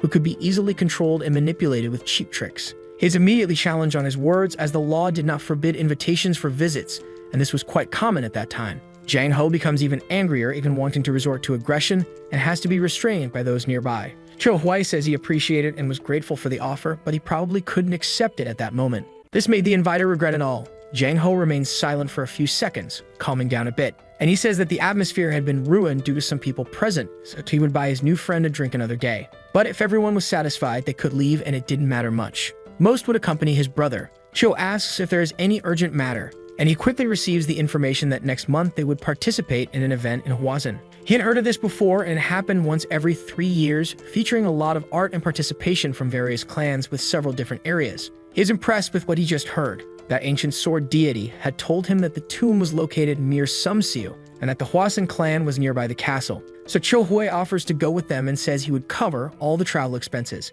There would be no better company for him than them, and since he was heading there, he could enjoy Hwasun and meet various people from different clans. He is delighted because his attendance is permitted with all the pleasure in the world, and he doesn't even need to worry about all the expenses. On a bright and sunny day amid the green trees and towering mountains, the cavalry marches towards their destination. The two friends talk about the successful and giant businesses of that clan. Cho Hui had also heard about the famous savings bank in Hefei, but it wasn't just that, as there were various shops and inns, including the accounting office of Ji Yang under that clan's name. His friend is impressed with that information because it was one of the best accounting offices in Anhui, and the view of the place was unparalleled, attracting many tourists. The two compliment each other a lot and continue talking about their knowledge and the inns. The boy in red thanks him greatly, and then comments about the Mansu and Hongryu inns. Ko Hui is very happy because his simple compliment made that guy talk non-stop. Someone suddenly comments about a problem that was happening at that very moment. The obstacle on their path was that the bandits had raised their flags.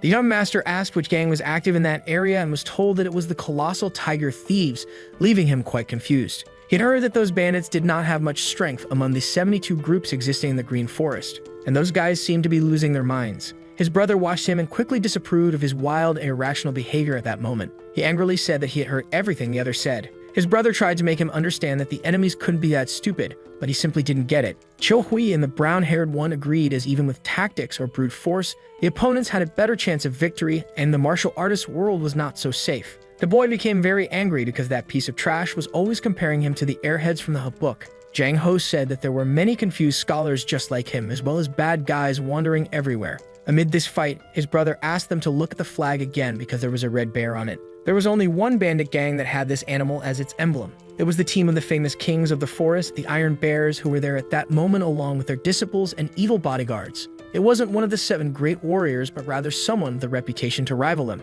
Yang Ho's brother mocked him a lot because the situation was pitiful, and if he had charged forward like a chicken at that moment, he would have become barbecue. Suddenly, many men were seen jumping down from the hill just ahead. They were the squad of the Red Bear Gale. Monsters well known for being at the level of a full clan battalion with just one group.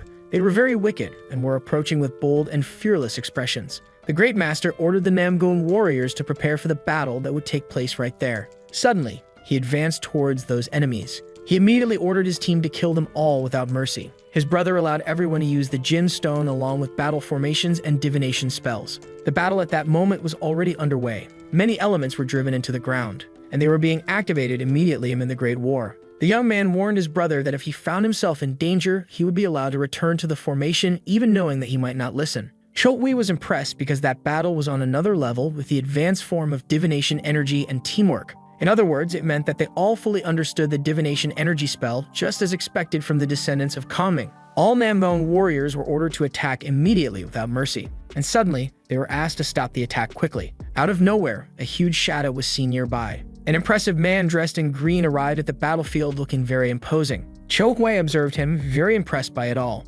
The man immediately asked everyone to stop, saying everything would be resolved in a calm and peaceful dialogue. That impressive man seemed to be Chul Ung Pi, according to Jang Ho. But he was mistaken about that information. He had crossed the line and made the man very angry because that old geezer was much older than that boy. Then his brother immediately asked about his true age. The young man responded that he was only 17. Cho Hui was astonished because he was just a year younger, yet he looked like he was in his 40s. Jang Ho called him a clown, saying he seemed to be trying to fool everyone there. The man got very angry and stressed because people always treated him like an old man, even though he was young, even if it was hard to believe. Cho Hui thought he probably didn't even wash his face to look in the mirror and see reality, and bandits probably didn't bathe anyway. Jang Ho told the man to at least lie convincingly and stop with the lies. The young man became very angry and asked if Mr. Kang would not help him with all this. Then the man said that this precious person was the top disciple of the great king of bandits, the young master Jang Il-Rian. But the boy, even with this explanation of who he was, became even angrier because that past battle meant nothing to him.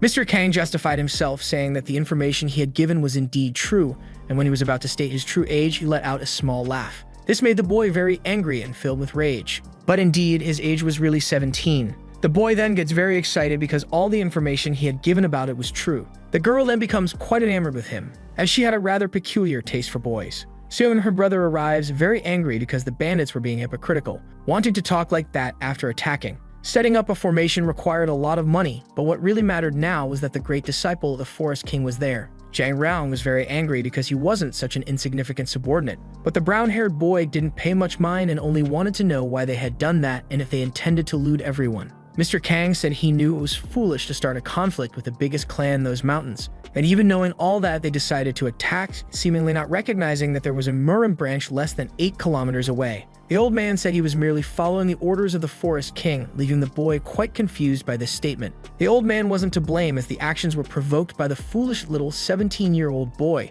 Knowing this, the older brother said he needed to speak immediately with the disciple of the Forest King. Right after that, he became very angry because he wasn't a mere subordinate, and it made him furious when people said that. Everyone stared at each other for a brief moment without saying anything. Then the leader said that regardless, the young master Zhang had been immature and ended up threatening the group's integrity. They had been lucky because otherwise many people might have left injured or dead, and the MURIM world was definitely no joke. The young master Zhang tried to explain, boasting about the clan, saying they were proud and honorable, but they probably wouldn't want to talk and would prefer to fight, as that was their instinct as troublemakers. Jum Ho joined the conversation, saying that the warriors plundered women and children equally, being wicked and deserving of destruction. Everyone looked at each other for a brief moment without saying a word, and then the young master Zhang Ho called for a mega fight with an emperor's attack. Qiu Huai thought he wouldn't be able to stop them, and he quickly suggested a brief conversation, only to be completely sidelined. A question was posed to the young master, which seemed rather prejudiced. The most important rule in the 200-year-old bandits' code was that they should not raise their swords against those outside of MURIM or the Merchant Guild. Mr. Kang immediately told the boy that those opponents didn't care about the rules and probably didn't even know such a code existed. After all, they acted this way because presenting themselves as wicked would generate motivation, as they couldn't send children to fight against strong warriors right away. The young master quickly said that all those pointless discussions should end because those roots of evil hadn't changed at all. Zhang Raong mocked him, calling him a big shot. He then said that if there was a single group of truly honest merchants in Zhongwan, they should be revealed to confirm their wickedness. Zhang Ho became very angry because the young man was trying to justify his atrocities, thefts, and threats. The young man retorted, saying that he had no moral standing to accuse him, as they acted like money-chasing prostitutes, harming others. The boy with long hair interrupted the argument, saying that obtaining things honestly was very different from acquiring them through banditry and theft. In response, he told a story about a rich man who was making a lot of money with his business but ended up being interrupted by some greater force. Zhang Ho remained silent without saying a word after hearing this narrative. His opponent's methods might have seemed different, but they were as dirty and unjust as those he opposed. They parasitized the citizens, treating them like puppets. Zhang Ho was furious after hearing these atrocities. They'd only robbed from the corrupt, and between the two acts there wasn't much difference because there was always someone selfish and hypocritical. Qiu Huai thought that typically those muscle-bound types were foolish, but there was something different here. Because the boy's logic was indisputable, he sighed as if preparing to say something. And then he said that there was a big mistake in all those statements. Zhang Raong asked what that mistake was, ending the chapter with a big cliffhanger. First of all, the code of conduct mentioned wasn't something absolute. He was quite confused upon hearing this. But he had said that the rules written 200 years ago were still considered true. However, 7 years ago, a rule had been broken during a raid on the government. The boy remained silent and thoughtful upon hearing this all of a sudden. The MANHWA bandit gang, led by the well-known Bong Ta-hyun, used to beat and kill elders who tried to protect their rations, and his father had been one of those victims. Qiu Huai said that during his research, he discovered that the code was not taken seriously beyond the mountains. Such occurrences were common in that region and definitely happened even more outside of it, making the codes of conduct fragile and useless. And even as they were talking, an innocent person could be getting robbed, invalidating the previous claim of equality. More questions and arguments were made by Qiu Huai to his opponent. In response, the young man argued that there were many like him in MURIM. Secondly, the way of making profit, despite its similarities, had a critical difference. Those bandits did not perform good deeds or charity, unlike the Nambong clan, which was loved, respected, and appreciated by everyone. Hearing this, the young man became very thoughtful and silent. Zhang Ho observed and listened with a happy and enthusiastic expression. But that didn't mean there were only righteous people in Nambong, as there were also those who used their power for wrong purposes and actions. However, all of them protected the people of Hefei, going through difficult times and sharing hardships together. That was the difference between the two. Qiu Huai thought that all they could do was hide, which was a useless philosophy, deserving death. Zhang Raong commented that for all those reasons, he didn't want to become a bandit. He quickly began to take off his green robes. He didn't even know what that mantle represented. The leader had given it to him, and he only accepted it because it seemed sturdy. Surprisingly, he ordered Mr. Kang to inform the elder that he no longer belonged to that useless group of outlaws, leaving him shocked and perplexed. The young man then took a firm step forward. He immediately asked what he needed to do to become a warrior of the Nambone clan and switch sides. Mr. Kang became very angry because the young master had thrown the mantle disrespectfully on the ground and was about to abandon them. Jang Ho thought it was all nonsense, but the bandit was determined in his decision. Cho Huai thought that even with that physique and muscles, a young man was still a half-baked bandit. The boy in blue wanted to slip away, but Jang Reong was determined to join the Nambone clan. He quickly declared that he wished to be accepted into the group at any cost. Jang Ho stared at him silently without saying a word. He then revealed that bandits never stopped being bandits, not even with goodwill, no matter how much they wanted to. The boy became very angry upon hearing this and said he had never bowed to his former king 9 times on his knees. Jang Ho said that if he could obtain an official document from the Forest King or a letter of recommendation, he would consider his entry into the group. Soso then immediately said she would recommend the boy, making her brother very angry. The young man celebrated and asked her to write it quickly before the man changed his mind. She would need to cut her finger to make the recommendation since there probably wasn't a pen or anything of the sort. The young master Cho Huai found the solution, making the young man even angrier. Jang Reong was almost about to cut off the girl's finger. He was quite enthusiastic while all this was happening, but there was someone there who wasn't happy at all with these events. He was planning to make the young man rot in the depths of labor, but it didn't matter to him. After that, everyone was to move towards their final destination, the place they were initially heading to. The remaining bandits watched everything from the hill, utterly perplexed and impressed. One of them asked the captain if this was acceptable and plausible. The Forest King tended to speak with his fists when he was angry, and these events were completely contrary to his orders. They then wondered what to do and what strategy to use, as they were terrified at that moment. But the decision was made. They would all follow the group to the final destination. The carriages and cavalry continued toward their planned destination. Since the young man had just been admitted to the clan, he couldn't ride inside the carriage with the others. Jang Ho thought that if it weren't for his little sister's terrible taste in men, he would have kicked that guy out already. A suggestion was made for him to walk, but it wasn't accepted immediately. A joke that was made wasn't funny at all. Soso defended and praised him a lot, but Cho Huai disagreed with her in his thoughts. She tried to learn more about the new member of her team.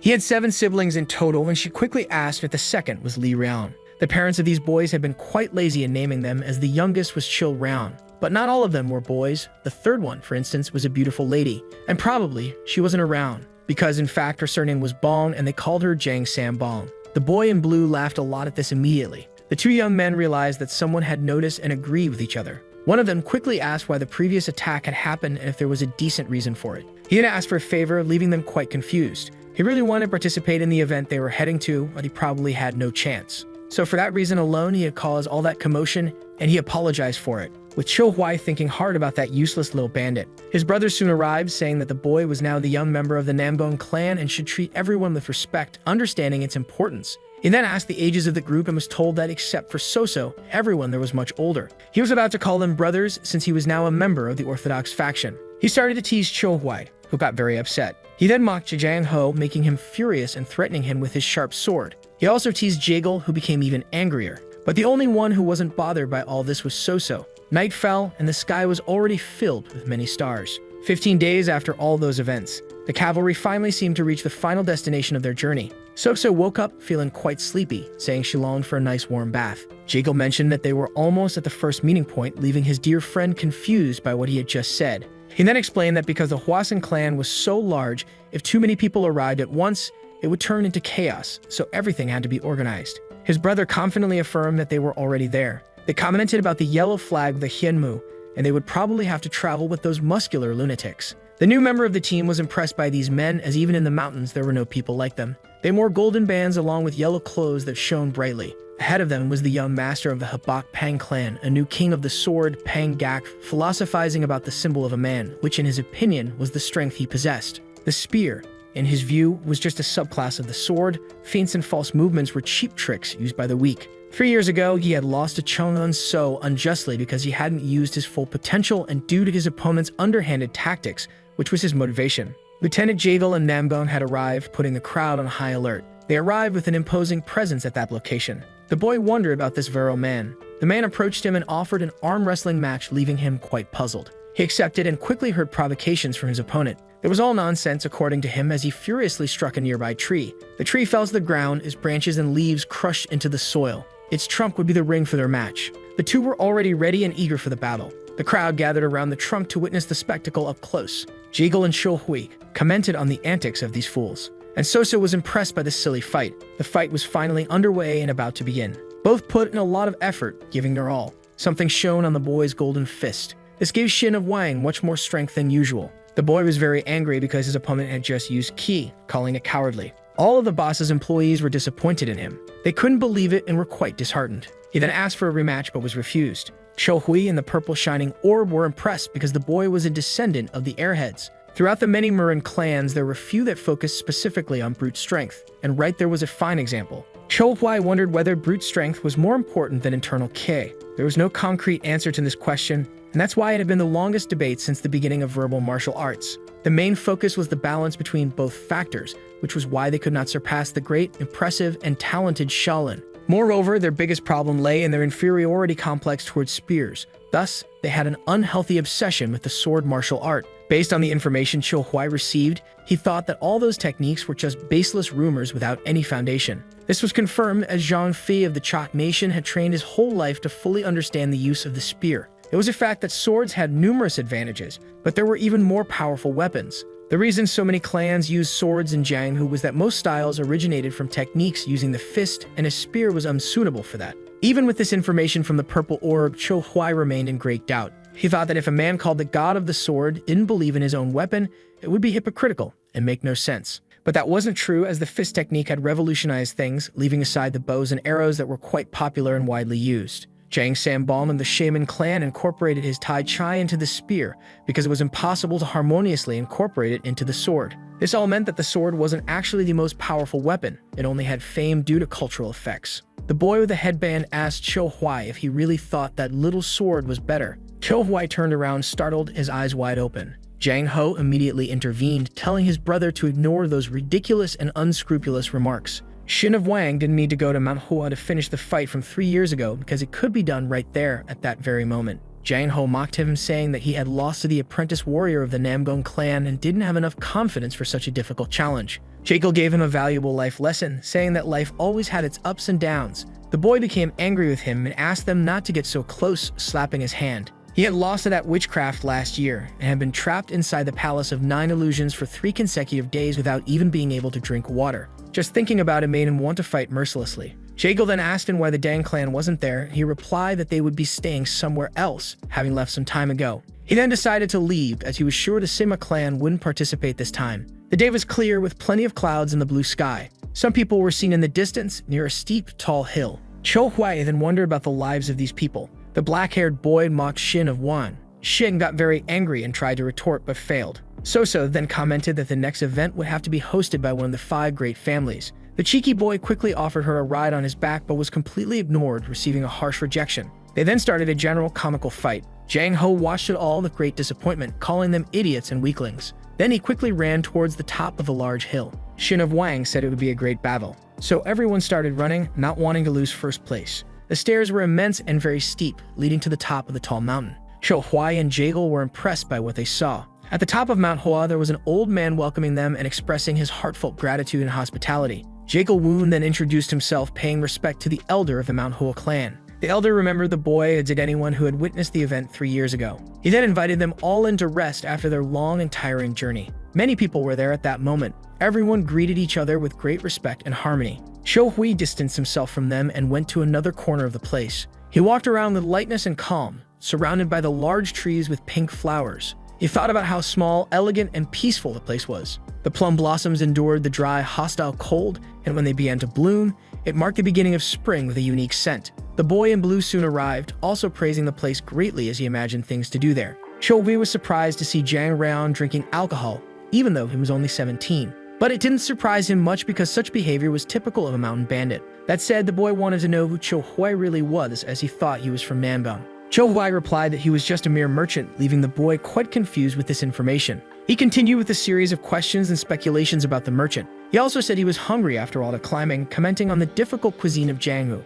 Cho Hui also commented in defense, but his teammate disagreed. The young man then criticized him heavily, calling him a pretentious little bandit. But there was a twist in all of this, and Cho Hui had never experienced this kind of situation before, ending the chapter with a mysterious cliffhanger. Cho Hui was very surprised, thinking about what was trending in modern business when it came to gastronomy. It was fast food, a flavor at a low price produced quickly, and the biggest company of the time was McDonald's. He had forgotten all the modernity and was thinking only about developing central cuisine. He then put his mind to work considering all the ingredients needed for the raw materials of the food, in addition to sides like ketchup and delicious sauces. He then quickly called his friend to start the business. His friend was completely confused, but he agreed, and Cho Hui said he would give him all the details later. Cho Hui thought about the simplicity of that boy's mind and how great it would be if the world were full of people with such simple thoughts. He then handed his friend a work contract, leaving him very enthusiastic, joyful, and excited. It wasn't anything special, and he soon made an offer of 50 silver bars per month. The boy was shocked because that amount was exorbitantly high.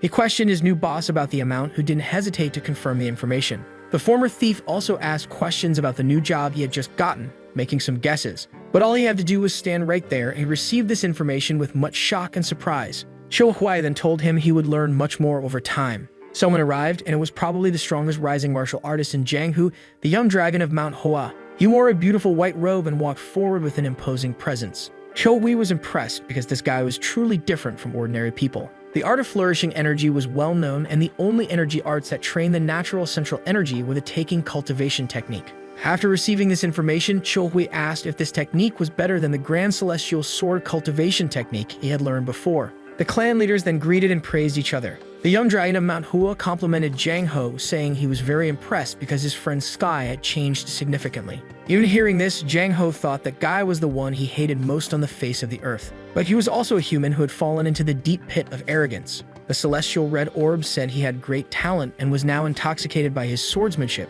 making him very dangerous. The god was furious with the MANHWA sect present, wanting to fight them all. Cho Hui immediately reprimanded him, saying it was his body, only to be countered because those people could end up causing multiple deaths and a disaster in MURIM. The young dragon had heard that the rewards given by each group were enormous, so he expected a good performance from everyone present. Jaegol greeted the young man, saying it was a pleasure to meet Chung Un, so as it had been 3 years since they last saw each other. The other also welcomed him and commented on the 5 great clans. The awareness of the 9 great sects remained the same as always, and that was wonderful. It seemed that the sense of authority hadn't changed, according to Jaegol. Chung Un so apologized for having offended him with his words, but even his apology irritated him greatly. The muscular man said the only thing that seemed to have changed about that brute who just scattered flowers everywhere was his nonsense. The boy watched all of this around him with a very mocking expression. Soso then greeted him, asking about the great rewards at this year's Young Dragons event. The prize would be the 7 treasures pill and the divine silent steps, because 3 years ago, the writer of the Bon clan had ordered it. The divine solar sword and the 10,000 years ice crystal would also be added. Everyone there was shocked, as these were mystical items that hadn't been seen since the Great MURIM Wall War. And these were true pieces of information because the divine solar sword and the 10,000 years ice crystal were treasures of the Solar Divine Palace and the Northern Sea Ice Palace. Chung Un so also mentioned that the martial gods clan had given these items as compensation for this specific event. Cho Hui was impressed because the boy was probably talking about the Sima group. Someone quickly asked about the participation of that organization with a tone of desperation, but was promptly answered in the negative, as they wouldn't participate this time as usual. Everyone there felt relieved by this information. Chung Un so thought about the fear that people had of that clan and how they might think they could surpass the Hwasun group. Cho Hui interrupted these thoughts, saying he understood everything. He harshly criticized the boy for his arrogance and intolerance, saying that a demon should not be allowed to grow in that sacred land of Taoism. The boy turned around, listening to this with anger in his eyes. That had not been said by Cho Hui. He simply couldn't resist the influence of the sword god who controlled his body. It seemed that the influence of the demon lord had reached the MANHWA sect. The boy became even angrier upon hearing this from that pretentious young man. That amethyst demon god was the first to appear in MURIM's history, and was also the celestial leader of the diabolical divine symbol of ultimate evil. The honest sects called his martial arts the amethyst demon technique and considered it a curse because his body emitted an impressive purple light in the ring. But the sudden appearance of the MANHWA sect's secret arts seemed similar to the demonic technique,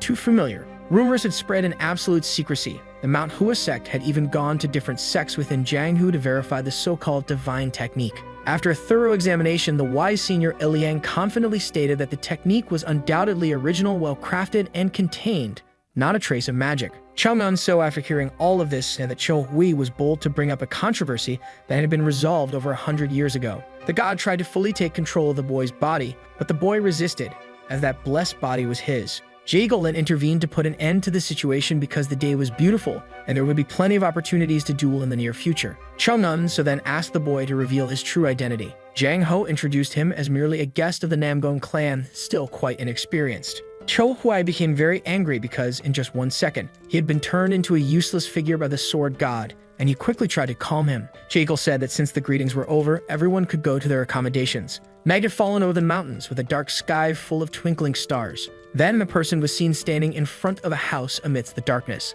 The man said that finally the body had become efficient. He gazed at the darkness, with the bright moon in the dark sky. He planted his 2 large feet firmly on the ground, and took a great leap toward the sky. He was above the houses in the area due to the altitude, and he finally landed firmly on the ground with bloodlust in his eyes and great fury. Suddenly, Chumnunso also appeared in that place. Someone was exuding a strong bloodthirst, and that person was the boy standing there. The black-haired boy stared at him for a few seconds without saying anything, appearing very focused. Suddenly, a sword nearby began to levitate, as if by pure magic, and it landed firmly in his hand. Chumnunso was impressed because that telepathy technique was very difficult, and even a master wouldn't be able to perform it from such a distance. The boy with the sword then ordered him to prove that his strategy was truly worthy of a god. This made the young man furious, to the point of gritting his sharp white teeth, and since his opponent wanted to see so much, he would make sure to show him without hesitation, thus ending chapter 21 of this work with much suspense and doubt. As expected, Chumnunso was using his life force to conceal his kai, deceiving everyone under the heavens,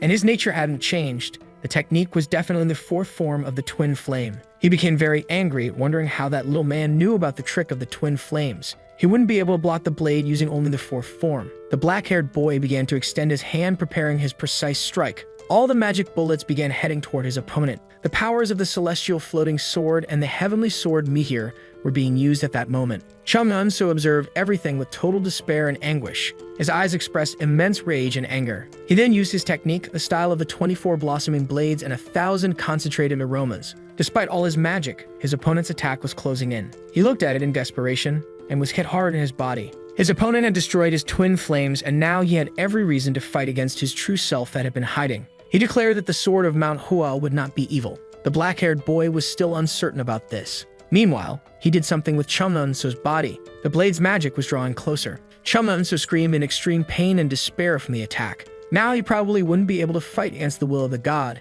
and the divine truth of the body they hailed had to be revealed immediately. Chumnunso screamed even louder at all of this. Then the black-haired boy ordered him to reveal himself immediately. His eye was purple like a glowing berry shining brightly. He shouted loudly for his opponent to shut up and cursed at him like never before. And then everything was revealed. It was an evil spirit, and warriors who supposedly dreamed of a peaceful life were devoured by those desires. The boy's clothes began to tear apart amidst so much blue magic. His eyes turned white and his blood was visible all over. Then, his body was held by the black-haired boy. He looked toward the front of the house where there was a huge purple shining orb. He then leaped from there, breaking all the tiles on the ground, leaving the place as if nothing had happened. The head of the MANHWA sect of the 28th generation, the Amethyst Sword Saint Danqian Yang, was writing something on a scroll. Suddenly, he heard a strange noise. He broke out in a cold sweat and widened his eyes, looking tense and startled. He immediately ordered the presence of whatever was there to reveal itself. He lowered his head and tried to think for a moment. Something was wrong with that internal energy. The mental form shift was a legendary state that altered one's opponents. Danqian Yang knew he had to recognize this sage. Suddenly, he widened his eyes again in alarm. He then had a vision of the black-haired boy killing Chumnunso. He was desperate, wondering how a sage could do something so despicable. But the boy didn't want to hear that from a man who had infused demonic energy into his own disciple. The boy stared at him for a few seconds without saying anything. The boy told him that no matter how much he cultivated Taoism, he was still human and could be influenced by immoral desires as well. He tried to use his magic to grab 2 swords nearby. One of them began to levitate like a light feather and quickly moved toward the one who was attracting it. The boy said that if that old man were truly from the Tao clan, he should end his greed and suffer there for the rest of his mediocre and useless life. But instead, he dared to corrupt future generations as well. The old man's face twisted in agony as the intense blue light shone on his face. His veins had been destroyed just from the energy infused by the sword of the saint. The boy was like a god and could not interfere with the mortal world. Now this was a human affair, as an immortal was interfering with all matters. The boy was not a god as the old man thought, and he said it wasn't wise to meddle in such affairs. However, he claimed he had earned the right to do so because he had taken that body and would ask his junior once more if he was capable of giving up the demonic energetic desire. The old man was stunned and asked who in the world that being was. And then he heard nothing but a loud shout saying, "Die."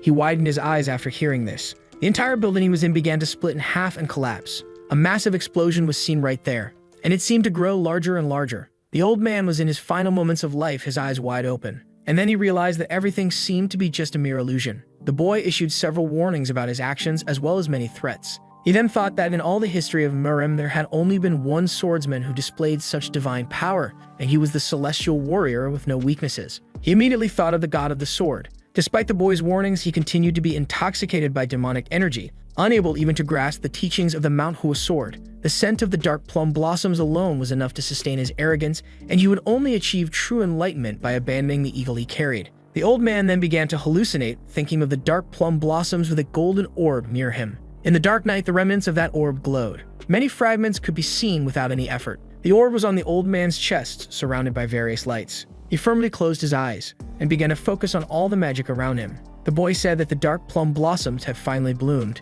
The old man started crying heavily, filled with confusion about what was happening. Something was different about him. It seemed like a new beginning, with nature honoring the general. His ancestors' teachings from MANHWA, practiced for the last 300 years, had finally darkened the plum blossom. Now his transcendence was clear and could start anew. Dan Shi and Yang asked if the boy was truly the god of the sword, ending the chapter with suspense. The boy stared at him without saying a word. The old man thanked him for his teachings and for saving the MANHWA sect, but no one was there to hear him. The boy had vanished, leaving someone else in his place. The old man's hand reached out toward that person. He then apologized to Chung So. The night had fallen with the bright moon shining in the dark sky. Meanwhile, in that quaint little house during the night, God was the pride and dignity behind a single word. He had destroyed the MANHWA sect with just one sword and defeated Chung So and the group leader with sheer willpower alone. The boy wondered what an army could do against the sword god, who could bring an entire clan to its knees with just one blow. He needed to persuade that divine being never to roam the earth again, because if there was a demon in MANHWA, it was Xiuhui's demon. In that place, amidst a mountain and trees, the old man proclaimed that the young dragon gathering was beginning. Jiang Ho was very optimistic and wondered where Chung So was. The newcomer then arrived, bothering his new brother. This made him quite angry, as it seemed disrespectful. Xiuhui then asked Jagal about the 10,000 years ice crystal. Jiang Ho, in the middle of the conversation, said he would explain everything. Jagal became very annoyed and told his brother to do what he was doing alone. He then began explaining to Xiuhui that the 10,000 years ice crystal was a treasure of the Northern Sea, symbolizing healing and being a true blessing. Xiuhui asked what that item looked like. According to speculation, it resembled an ice coffin in which a person could lie down and train. Xiuhui was impressed, thinking that the lucky one could possibly possess ice arts forever. Jagal confirmed this, but said that according to the Northern Sea myth, it had been over 10,000 years since it had disappeared. Xiuhui thought that the item matched its name and quickly asked what category it was listed under. But Jagal wasn't sure, as the rewards were decided by the sponsors. Jiang Ho started criticizing, saying that if one reached their limits quickly, they wouldn't be able to win against someone who put such thoughts into action. He then asked someone about the event's rewards. The young man greeted him and praised him. He said the reward for the winner of the duel competition was the Divine Silent Steps Manual. In addition, the Divine Solar Sword would be awarded to the person who achieved the best performance. Xiuhui said that was great, as it would be difficult for someone like him to win. And regarding the 10,000 years ice crystal, it would be awarded to the winner of the theoretical battle, which he didn't know about. Jagal explained that it was a field where people debated, competed with calligraphy, and evaluated art. Xiuhui became excited and immediately asked how to participate. The brown-haired boy tried to calm him down, saying the battle didn't have a fixed schedule and could happen at any time. He then discovered that the previous year's winner was the very person he was talking to. Xiuhui quickly thought that he was mediocre at drawings and writing, so he needed to use the knowledge of the elder Sangzhou to focus on an ideological battle. Soon, the young man said it looked like everything had already begun. A strange man called for his opponents. Jagal volunteered to fight him again and see if he had improved. So suddenly appeared, saying she wanted to participate, leaving him astonished. And she let the challenger choose the topic. She wanted it to be about the 5 vermin of Hanfizi, as they were said to destroy an entire country in the books studied by many scholars. The young man was very angry with the girl's decision. She argued that there was no better topic for debate if the intention was to criticize Confucianism, making him even angrier. She was certain that everyone knew about the utopia of the ideas that had led to countless failures. Jagal pointed out that this was a good reason why Emperor Qin couldn't last 20 years in power, recommending a change of topic. The boy prepared to say something. He then stated that everything was related to the fact that laws had only been used as a means to control the population, which led to the monarch's downfall. The application of laws to all positions and people was the great principle of Qin's government, argued Jagal. But that was impossible because the emperor was hypocritical, severely prohibiting adultery. The caller of the battle became very angry, saying that the king could not be compared to the common people. Xiuhui responded with a mocking tone, further angering the boy. He spoke about humanist thoughts, emphasizing that all people are equal. His arguments were well-founded because both individuals were humans, not animals. Jagal added that according to Confucian ideas, a country is a big family, and the Son of Heaven who performs rituals is the father of all and also the guide. But Cho Huai argues further because from his point of view, that was the reason why Confucianism was criticized, besides the distorted values. Everyone there seems a bit lost about the subject. In other words, the conception of a king or an emperor being the father of a nation was being used to justify the special treatment they received. Cho Hui asks if the ideology of the Son of Heaven could coexist with that of the people, so that the idea of equality would be established and should not be divided between the emperor and the rest of the world. Otherwise, it was like talking about different races. Sorso goes along with him, confirming everything. What it caused the empire's laws to break was the fact that they were applied differently depending on the individual's position. That guy is impressed and assumes something. The problem with punishments was the extent of them based on the acts committed and whether they would be applied equally to everyone. And that's why the law should divide crimes between minor and severe, and the principle would be efficiency. Everyone there is perplexed by these ideas. But what would be the standards that would decide if a crime was minor or severe? Cho explains that it is the state's decision. He would say that crimes threatening life were severe and others minor. Jiggle thinks that all the ideas were just about governing with the law but intertwining with people's ideology. Minor crimes should be divided between physical crimes and non-physical infractions. The first would be fined and imprisoned, while the second did not yet have a defined measure. The tree looks beautiful with its pink flowers on that sunny day. Cho Hui says that everyone should have a vote and use it to elect authorities, while the country should ensure effective leadership. He then thinks that perhaps he has spoken too much and should stop. Jagle thinks about people becoming the country's agents. He didn't understand much about political rights, and it was very dangerous to give this power to the common people to choose a king who would govern the nation. The guy agrees because many commoners didn't even know how to read and probably didn't understand anything about politics and underlay the ideology of being chosen. It was arrogant to think that everyone was foolish just because they were illiterate, and that didn't mean anything. Because even the uneducated in rural areas knew how to respect their parents as well as the concepts of love, bravery, and charity.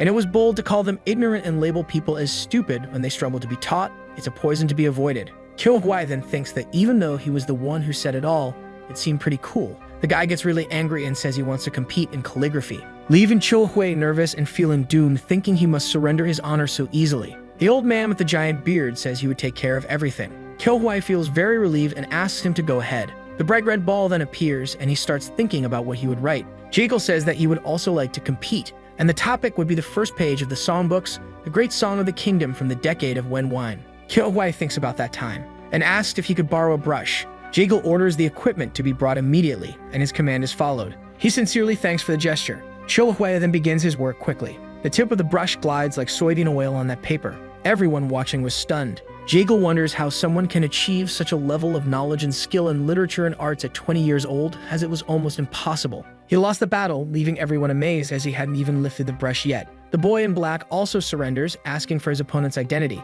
He was very focused and thoughtful about his objective. Out of nowhere, he says his name is Refrigerator. The boy calls him Fridge and says he truly understood that there will always be someone better than himself in the world. Cho Hui then reveals his true name because his name wasn't really Refrigerator, leaving him a bit confused. The sun was already setting at that place.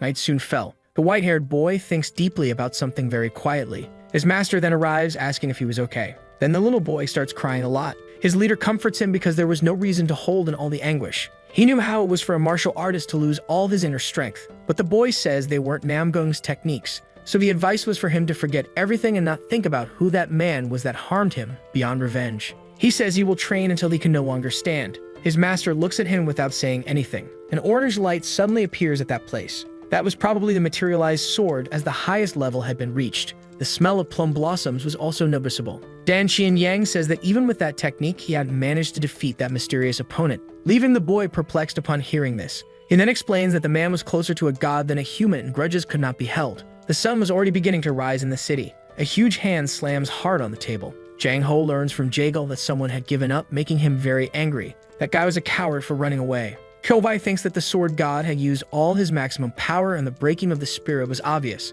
Shangmanso arrives, surprising him greatly, because he had recovered very quickly. He apologizes deeply for withdrawing from the competition and explains the reasons for it. Jung Ho questions him about what reasons could be so significant. He then informs that there was something wrong with his Kai, making his opponent deduce something. But it wasn't something as extreme as energy deviation. He explains his enthusiasm for the day of the battle, and that he was not avoiding his opponent because surely he would fight in the next encounter. A hand appears, touching his shoulder. Cho Hui consoles him, saying that things in life happen when you least expect them, and preparation is essential. Shumnan so gets angry because the guy touched him, leaving the boy puzzled because he only wanted to help while the other just wanted distance. Everyone there is stunned as they observe this, and they look at Cho Hui with a very confused expression. Jiggle and asks what he had done for Chumnun so to act that way. Cho Hui explains himself, saying he did nothing, feeling quite offended by the question. Jiggle was sure something was going on there.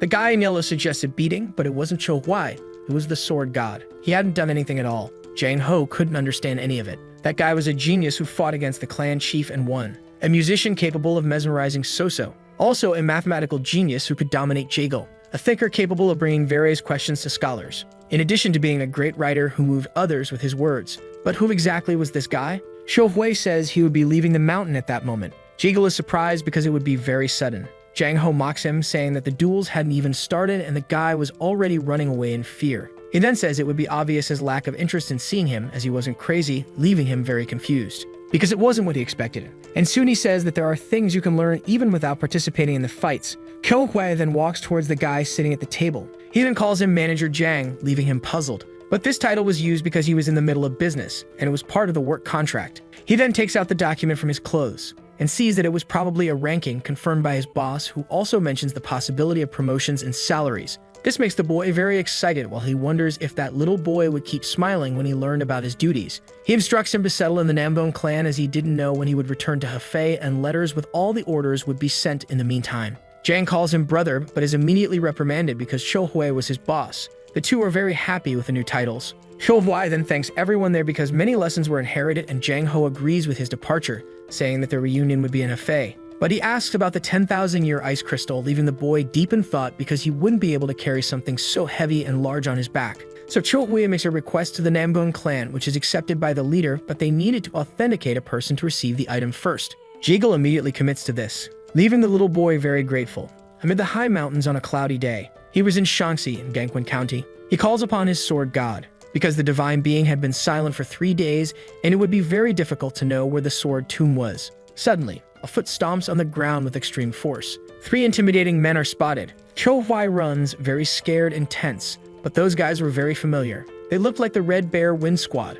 The guys realized he identified them because of their huge muscles. They then remove their masks, ordering the boy's death, but he asks for a moment of calm. Even so, the Wind Squad wanted to silence him to avoid a nuisance, leaving the boy very confused because he didn't know what was happening with them. The guy in green quickly tries to punch him to shut his mouth, but he was also prepared to strike back. Their fists collide in midair. The old man is surprised because that brat knew how to defend himself. Cho Hui criticizes their cowardice and only wanted to end everything with a civilized and calm conversation. The bearded man wants to put an end to it. He commanded all those men. Cho Hui watches him, very tense and worried, widening his eyes. He had met the squad leader again, feeling very shy about this unexpected reunion, admitting that the man had a lot of courage because Shaanxi was full of warriors belonging to honorable sects at that moment. The leader says that the martial arts gathering in Huozhen was more than 40 kilometers away, so no one would come to the boy's aid even with his screams. Those bandits were stupid and surprising for harboring so much resentment. Cho Hui was a guest of the Namgong clan as well as the owner of the Celestial Sword, who would defend him fiercely without hesitation. The man makes a fierce and fearful threat to him. He then thinks about how that violent sect of bastards could speak such brutalities with mere ease. He quickly asks the old man if all problems would disappear by killing him. He tries to talk to them, bringing up plausible topics because that proposed resolution method was very rash. An employee asks his boss when he would put an end to all that boy's chatter. He quickly throws a silver coin toward the ground. The guy in green notices it and quickly runs toward the coin. The sound of money is enough to stimulate those bastards' brains. That guy with an axe gets angry at the boy's antics, but he quickly runs after another coin that had been thrown. They all receive a massive scolding and moral lesson from the boss. Cho Hui had a golden coin as his trump card. The leader tries to control his desire for that money but can't hold back. Cho Hui quickly throws the coin to the man. Then he asks what he wanted at that moment. The boy immediately says he would give all the silver coins he had if they let him continue his journey in peace. The leader agrees to all of it, and his employees quickly question him about payments. They are all impressed by the amount of money there was. Cho Hui then quotes a saying from Confucius, stating that the revenge of a virtuous man does not last more than 10 years. He feels a bit regretful because it had only been 3 days since he disrespected all the philosopher's teachings, never knowing what life would bring him. The divine being suddenly starts questioning him out of nowhere. He quickly asks for permission to lie down right there, and the foolish guys with the money allow it without thinking twice. But those idiots would certainly see him again. He then begins walking toward his destination. The divine being declares that he would never again take control of his body. He had been listening to everything like a pervert and should rethink the balance of power. The boy then asks him if he was sulking because everything he said could have caused an uproar. But the divine orb simply responds that they should head toward the Autumn Valley. The boy feels a bit confused about the path, but all the instructions are quickly passed on. He wanted the divine being to use his body so they could fly there faster, but he is given a negative response. Feeling very sad, he reluctantly accepts the decision, hanging his head low. The mountain he had to climb was huge. He makes an immense effort to reach his destination. It was definitely beyond limits, and figuring out how to climb it efficiently was quite a mystery. The divine being soon urges the boy to hurry, as the sun was about to set. He gets very angry because all of it seemed like a form of revenge just because of a few insults, and this suffering was intentional. He is quickly scolded by the god, receiving a harsh moral lesson. He then starts thinking about all that money, and gains more motivation to climb the hill. One of his feet slips on the smooth rock, causing him to tumble down the hill, screaming loudly. He finally falls to the ground there, and realizes he had returned to the start again, feeling very angry and impatient with this. So he plants both his hands on the rock again with all his strength, and begins climbing the hill, his anger transformed into motivation. All that rage was the fuel for his ascent. Finally reaching the last inch of the hill, he finally reaches the top of the mountain as the sun is setting. He wonders if that is the high grave of the sword. The divine being responds affirmatively, stating that whether he would obtain something there or not depended entirely on the boy, also offering him advice. All that information suggested that someone was right there and some traces still remained. The boy feels a bit confused, but the god explains that the things he discovered in the high tomb of the grave were marks of blades with true essence. Kowai says he's just a normal person, thinking his divine being wanted him to become a supreme master just by looking at a few scratches. He gets very angry because whoever made those marks should be highly respected beyond mortal standards, as the boy was saying. He then asks if that being was a god or something like that. He is answered affirmatively, as those blade marks were the true legacy of a divine being that even as the leader of the sword, he had never imagined defeating him.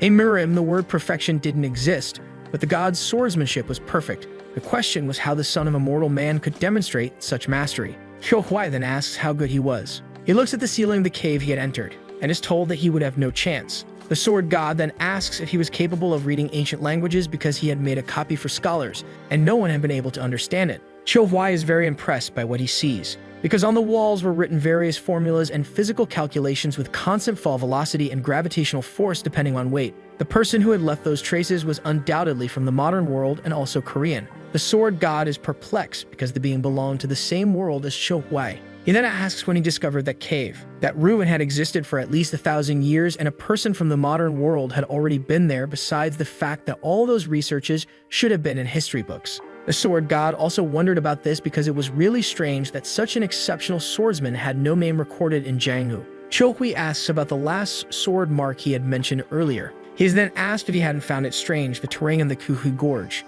He quickly thinks that normally gorges have winding paths, but that place was flat. He discovers that Kuhu Gorge was the last sword mark of that god, leaving him perplexed and impressed. Because the single person had split a 5-kilometer high mountain using just a simple sword. He takes a step forward slowly. All those writings spoke of the techniques studied by the man and the time spent on all of it. Kyohwai thinks that this man was truly persistent, different from himself. On the 122nd day, the god noticed in his analysis that the technique of the Wudang sect leader had a distinguishing feature compared to others. It was capable of splitting the heart into two sides and using both energies, making it possible to create many more variables in mathematical terms. On the 139th day, he could only think about points, lines, and surfaces, as well as the curvature created by the technique. He was trying to change this, but his muscular strength wasn't keeping up, making him doubt himself until he realized the cause was the limit of amplitude.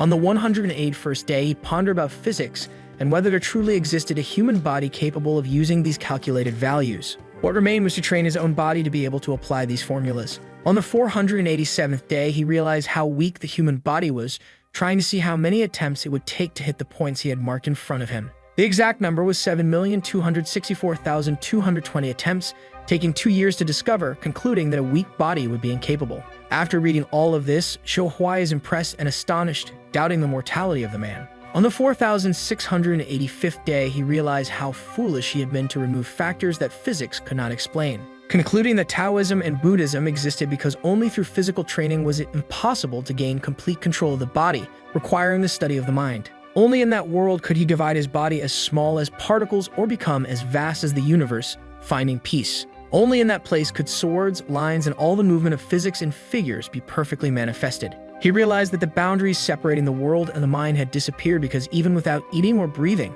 he did not die. On the 6,932nd day, his body was already capable of reproducing all physical forms perfectly. He could see the essence of everything like Neo in the Matrix, as if he understood all the laws of nature. There, whether he was still human or not became a question, as you could feel the constellations taking an interest in him. Kyohei feels something in his body. It was an energy that gave him visions. The sword god is astonished because it had taken him 7 years to see the meteor, and the boy was sensing the star's magic so quickly. It was the supreme technique of the meteor sword. The divine being remained perplexed because the boy had sensed that meteor energy in just 15 mere minutes. Being capable of such feats meant that Kyohei already had the final intent of the supreme technique imprinted on his soul, and he was far beyond being a simple genius. This was the fate that the heavens had reserved for him in advance, and the god was merely the bridge for this to happen. Unknowingly, Kyohei fell into his mind's world for 3 consecutive years, and this was the birth of the little sword god. Outside that place, the sky was blue and cloud-filled. In the beautiful and grand city of Hefei, the young master of the Jum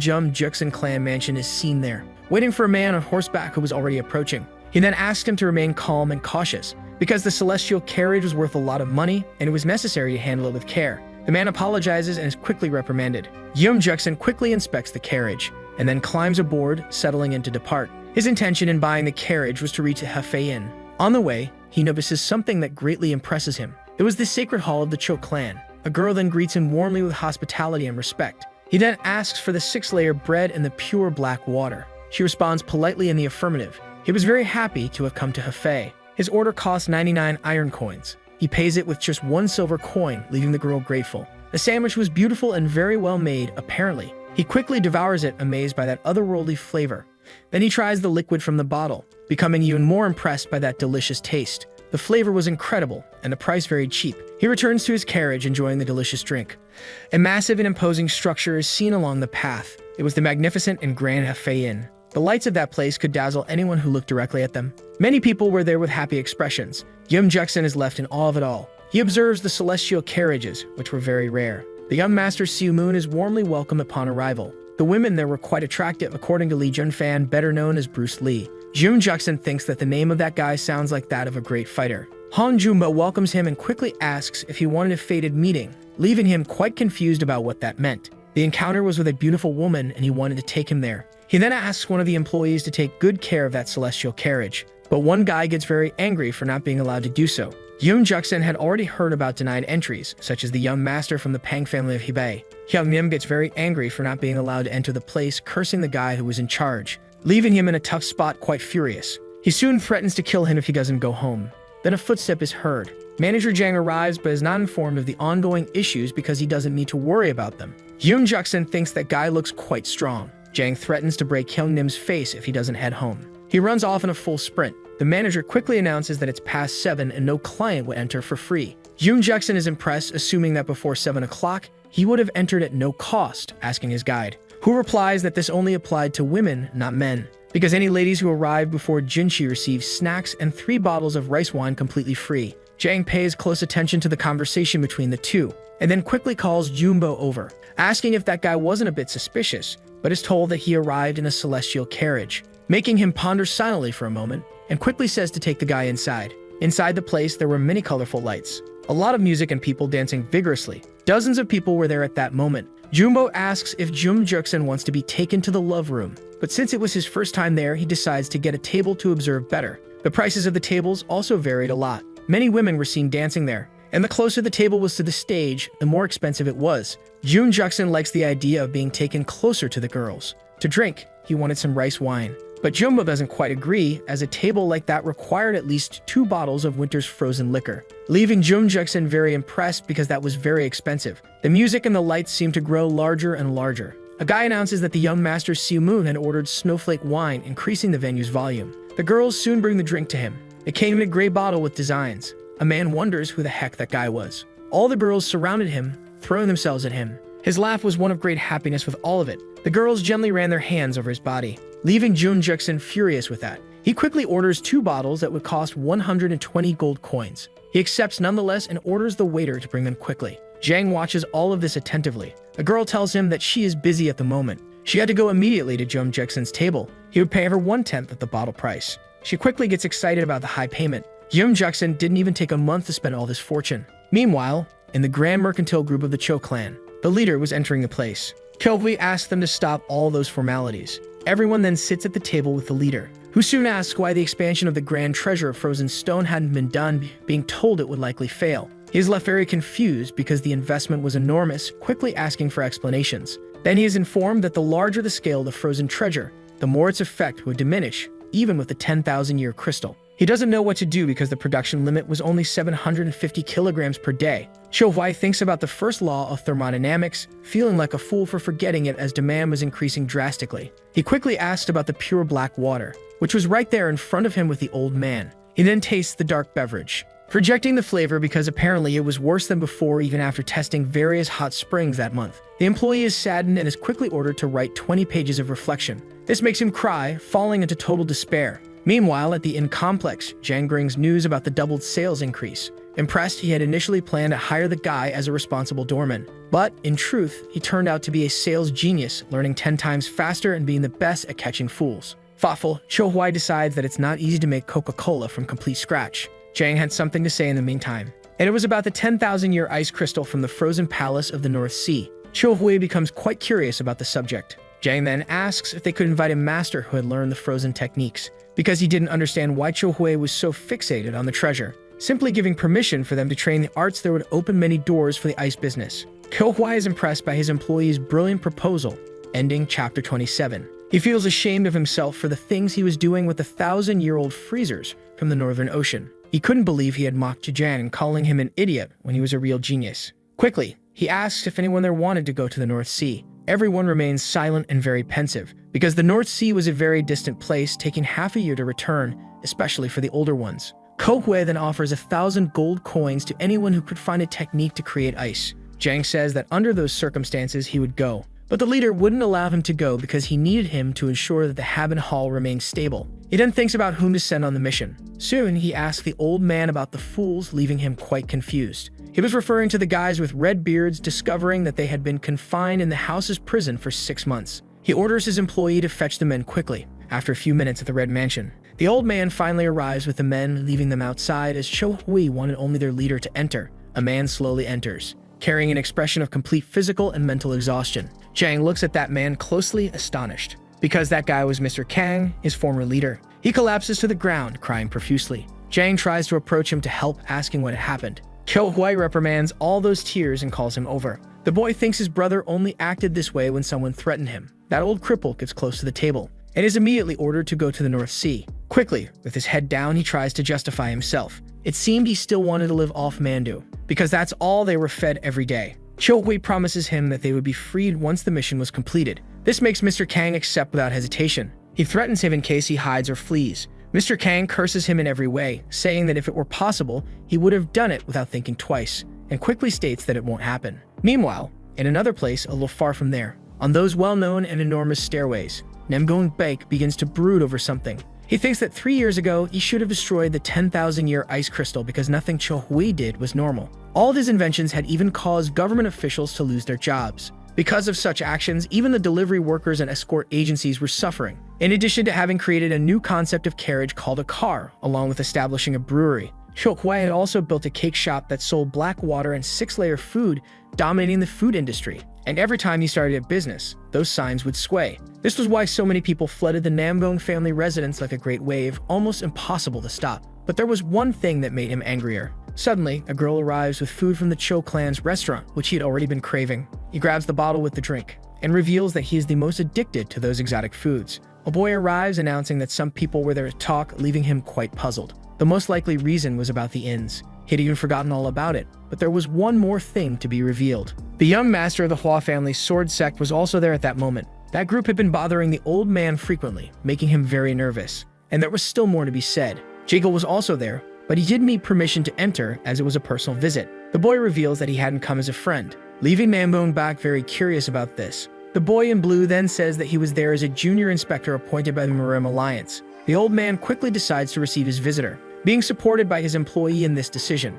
There was a significant doubt about all of this. The employee leads the inspector to his boss, who welcomes him warmly. Jiggle asks if Mr. Baek was doing well. He's answered affirmatively and warmly complimented being invited to sit at the table. He thanks him and states that he wants to get straight to the point of the conversation. But before anything else, Mr. Baek wants to ask just one question. The question was why so much care was being taken when there were still 2 months left until the sequential inspection. Jiggle remains silent for a few seconds upon hearing this. He then reveals that the chief inspector had visited MANHWA, suspecting something, leaving the old man quite anxious. He thought that the Cho group's big business was an enterprise benefiting under the Namgong clan. Bak becomes very angry upon hearing this because the Cho battalion worked independently. He still didn't understand what the alliance was planning. Jekyll states that Anhui's population had doubled in recent years, potentially even surpassing Nanjing, and the government had a plan regarding this. Mr. Bake then understands everything, justifying that they were only a humble faction. He is then told that the movement of the Huchinrian was highly suspicious, leaving him with a very startled and attentive expression.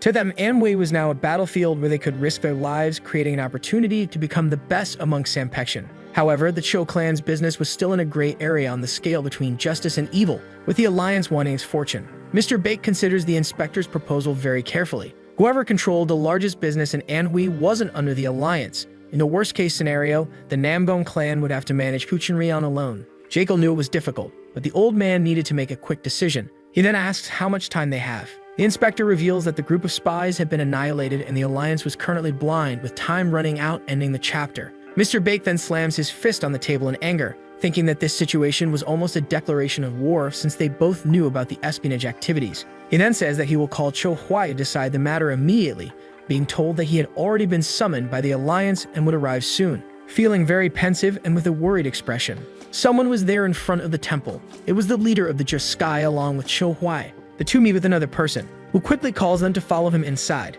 The leader wishes all the best for Cho Huai, leaving him a bit confused, but grateful nonetheless. That temple was grand and beautiful. He then enters, finding himself face to face with several important men. He then nervously thinks about how rare it was to have them all gathered there. There were the head of the Namgong family, Namgong Su, and the young master Namgong Jiang Ho, along with Namgong Xiong Chan and the leader of the Namgong clan, Mr. Beck, together with Namgong Wu and Jekyll Woon. He pulls out a large document to read, announcing that the alliance wanted to declare something to Cho Huai, and concludes everything he wanted to say for the moment. Cho Huai realizes that they wanted the Cho family's business to be placed under the Namgong clan's control, monitored and overseen by the alliance. This organization, which called itself Righteous, was no different from a gang of bandits, and there was something the alliance elders were misunderstanding. Jekyll is confused, and Cho Huai explains that they had judged him based on the current situation in Kangho, and that he could transform Namchang into a new Hefei, leaving Jekyll all confused and perplexed. Cho Huai was a businessman and didn't mind taking risks if it was for his own benefit, but there was a catch. Many people wanted to take a piece of the hard-earned profits, making him think of one thing. Who among them would offer him the greatest benefit? Mr. Bake then asks if the boy was going crazy because he wanted to become Huchinrian's lapdog for money. But it was necessary when there were thieves wanting to steal everything, since there were no limits to human ambition, and he quickly posed a question, leaving Mr. Namgong Bake extremely angry and embarrassed. It was revealed that 3 years ago, Hefei's population was around 86,000 people, and now it had grown to 170,000, making the boy ask the same question. He becomes quite nervous after the same question as before. Cho Huai reveals that if the elders wanted him to, he would back down because he was definitely also one of the Namgong, but he had no intention of belonging to either the just or the evil alongside the alliance. This leaves the bearded man deep in thought after these words, because few people in the history of Kangno had managed to do this, and they all had something in common. Cho Huai says the man is absolutely right because he had already heard this from a close acquaintance. The sword god soon appears, revealing some information about becoming stronger to the boy. Upon hearing this, his eyes turn white with ambition, and he shouts that he will follow this path to become the strongest of all. His voice could be heard from outside the temple. Everyone there is surprised and frightened. Now he could see all the laws of physics that existed in that world, and it had become ingrained in his brain. At first, he couldn't accept the duration of the joyful moment of realization because it felt like only a few minutes had passed.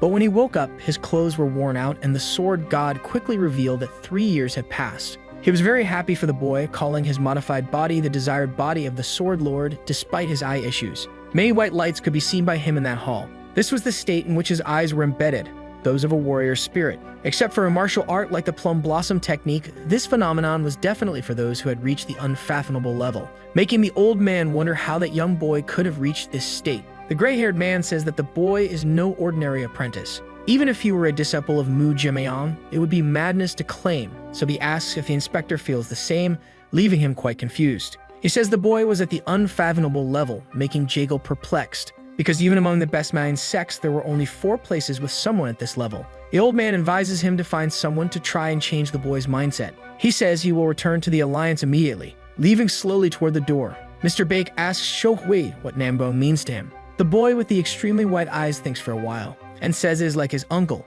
whom he feels grateful for when he covers for him when he messes up, thinking he's an idiot. The bearded old man asks what they thought about giving the boy a respectful position within the family hierarchy. Very tense. The Namgong clan leader takes a deep breath and says there is one condition to be fulfilled in these circumstances for Mr. Baek. The condition was a genuine marriage with a woman from the family. Everyone there falls silent, staring at each other without saying anything. Jang Ho then says it would be impossible for his father, because Sosa was hopelessly in love with Jang Il-ryan and even cooked for him every day. The old man thinks a bit more, remaining silent. He then says that Somi was still in auction, but this makes everyone there very angry. Jang Ho reveals that she had just turned 19. Cho Huai, very nervous, disagrees with all those decisions because he didn't want to be tied down, leaving the old man very confused and pensive. He says he would never do that in his life. The old man says that if he didn't want the position, he would have to return the celestial sword plaque. This makes him very angry, as it would be blackmail, wanting him tied to them. The old man questions why he had said before that Namgong was like his family. He could continue doing his business without the group's ambition and still have their support in difficult times. Ko Huai then thinks there's no way out. He accepts the hierarchical position, but does not allow the marriage.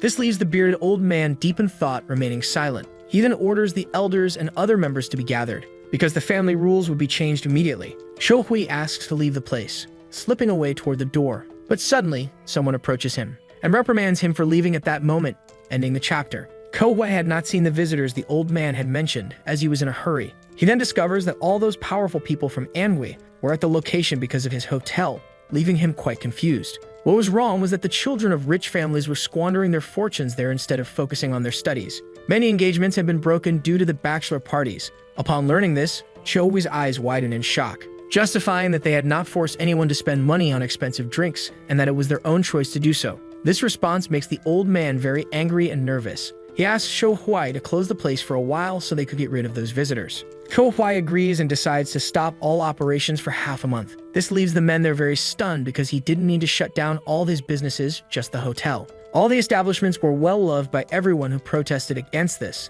The businesses wouldn't be closed individually as it would demoralize the employees. The old man tries to offer a solution for these things, leaving Shou Hui quite angry because the Namgong family would not pay for salary increases or compensate for the losses. Everyone there remains desperate over the closure of the establishments. Then the man in blue asks the name of that limited cloud carriage and if he could get it soon. This vehicle was the Grand Celestial Cloud Car. Shou Hui says it would arrive in 2 days, leaving the old man quite astonished. He asks the other man where the visitors are, and he is told that they are at the Blue Dragon building. He then says he will return after practicing the release and control of his energy, leaving the other old man deep in thought about what the Namgong family had become. Someone nearby was sitting on the stairs next to a carriage. It was Jaegal, reflecting on his failed plans in Hefei. Cho Hui was very strong, even though he was almost his age. Besides that, he was just a businessman, full of knowledge and excellent calligraphy, hardly seeming like a real human. Jaegal becomes very angry at the existence of this impressive person. Suddenly, he arrives looking very suspicious. He was furious because he had been stabbed in the back right after paying Jaegal 20 gold coins. Someone nearby is heard calling for help, but Cho Hui wanted to hear the guy's excuses first. He says he cannot make any decision on his own while belonging to the Alliance and only does what it commands. Ko Hui bets that his plan was to continue disrupting his businesses, but he is quickly reprimanded as Jaegal is still an inspector. He imagines that there's nothing a mere employee can do except obey his superiors. If he did everything Cho Hui asked, the problems would be forgotten, and he asks if he had thought about the things previously discussed. Jaegal responds that he could not do it. The proposal was 200 gold coins per month to be the vice president of Cho's businesses, much more than he earned at the Alliance. When Jaegal was about to reveal the problem, he is interrupted by someone who arrives with heavy and firm steps. It is Jang Ho calling Master Cho Hui, saying he would like to learn from him, leaving him quite confused because he thought things were already settled. But now he was an elder of the Namgong family and was expected to teach the younger ones. Jang Ho could not believe that someone his age had reached such a level, and it was very impressive. Cho Hui remains silent and thoughtful for a few seconds. The boy in blue says that he has much to learn and asks not to be underestimated.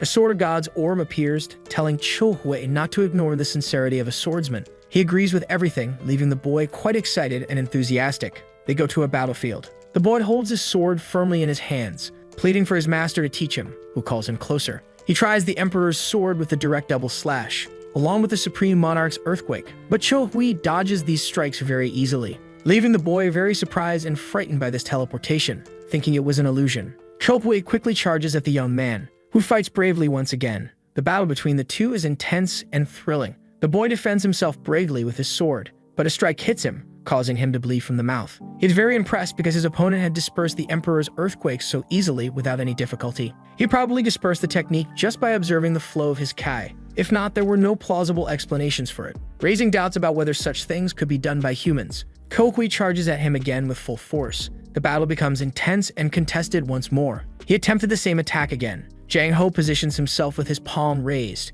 then trying the final strike with the Emperor's talent and sword. His master quickly arrives, telling him to stop because he could not use those abilities in his current state. Hui observes him closely without doing anything. His eyes begin to shine brightly. Jang Ho watches him nervously and fearfully. Hui begins to move his sword rapidly, swinging it toward his opponent. Suddenly, a blue light with an explosive appearance is seen right there. Jang Ho tries to move toward the boy bravely, but is soon halted, groaning in pain and agony. Everyone there calls out for Jang Ho, the junior swordsman.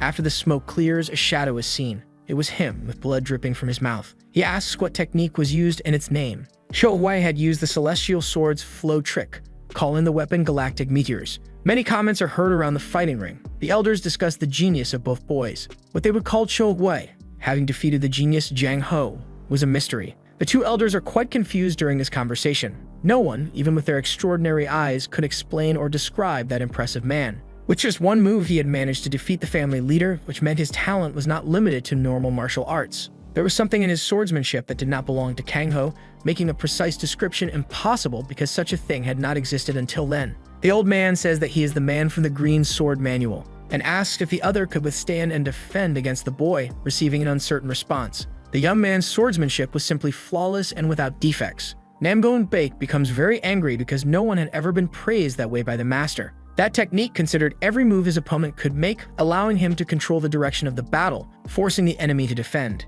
If he truly performed like that in earnest, he would be a true sword god. The old man says that the boy is far from being a genius. He's more like an immortal like the three immortals. The mustached man thinks the boy is certainly a strong candidate to become the next immortal, unable to escape his fate. Celestial Meteor Sword, a weapon that could reach the heavens, was an arrogant name, yet still an excellent technique. Jang Ho stares at Hui for a few seconds without saying anything, and Hui stares back in silence. Hui orders him to stand up quickly. Jiggle arrives, telling the boy that he wouldn't return to the Alliance and wanted something. But someone suddenly arrives, stopping everything that was happening. It was the great and impressive young master Hyun, asking who this powerful boy was. Hui looks around attentively without hesitation, while that guy stood very angrily in front of him. He had been inspired by Hui for being so successful in business, calling him wise and intelligent. Hui remains silent as he listens to all of this, but he didn't know he was brilliant in martial arts, even as his brother. Hui says that he had become a confident fighter, even discovering how to see energy. It had been 10 years, and the sunset that day was truly beautiful.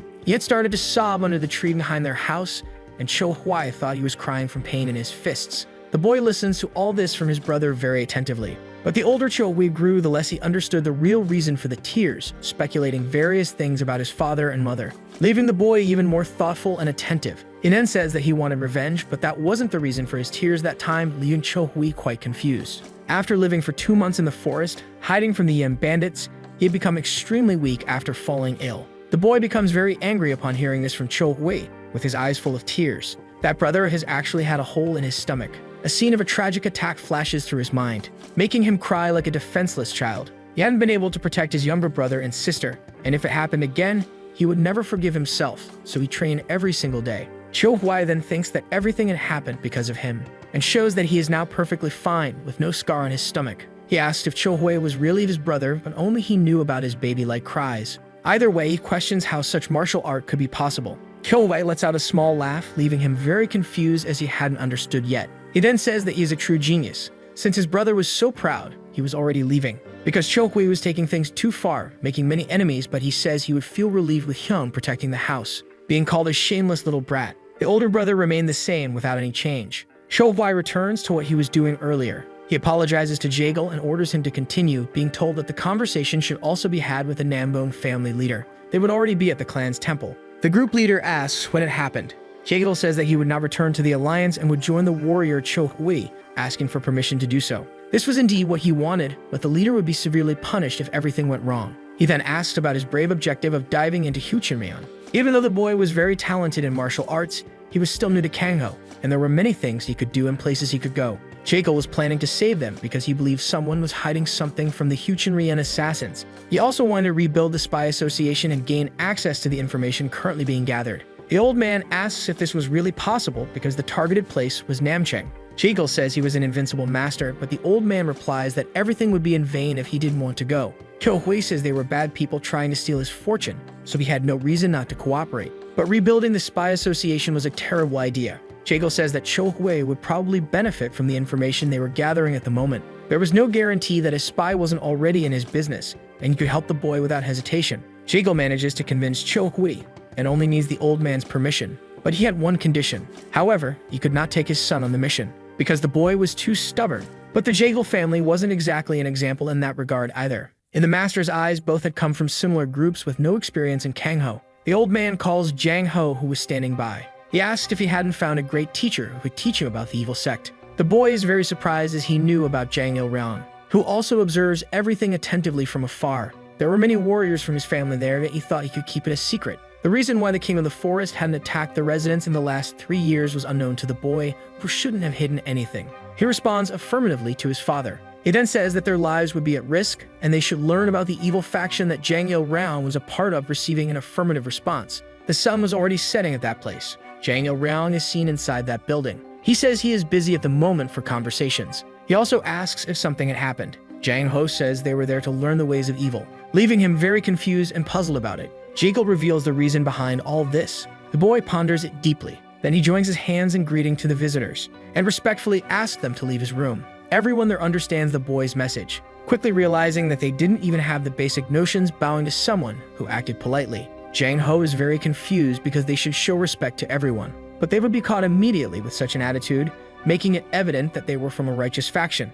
Jekyll thinks he is on the same level as Namgong Jiang. Again, the boy greets him with his hands. Automatically, everyone there also shows respect. Feeling very embarrassed afterward, Zhang Ilrang suggests that they give up because good manners were already ingrained and could not be fixed with just a few practices. Qiu Hui reveals that some people were planning to take the business by force and should be stopped. Zhang Ilrang asks who it was, discovering it was Hu Chenrian. He becomes very angry upon hearing this. He quickly decides to help them in just 4 days, especially Jiang Ho Hyung Nim, who should no longer say the name of the technique out loud during battles. He was revealing his moves to the enemy like a fool. He feels very sad because it was really cool. There was a wicked bastard who maliciously threw a weapon while pretending to greet, and he was the best example. Jiang Ho Hyung Nim wonders how a martial artist could be so shameless. The affection-sucking puppy had a pitiful face, draining the energy of those who hugged him out of pity. And you should be cautious of a man who pretended to be disabled, as hundreds of masters had their heads crushed by his ambush. Qiu Hui says there was no normal person because they were all crazy, receiving the response that regardless, the evil sect had a main trait,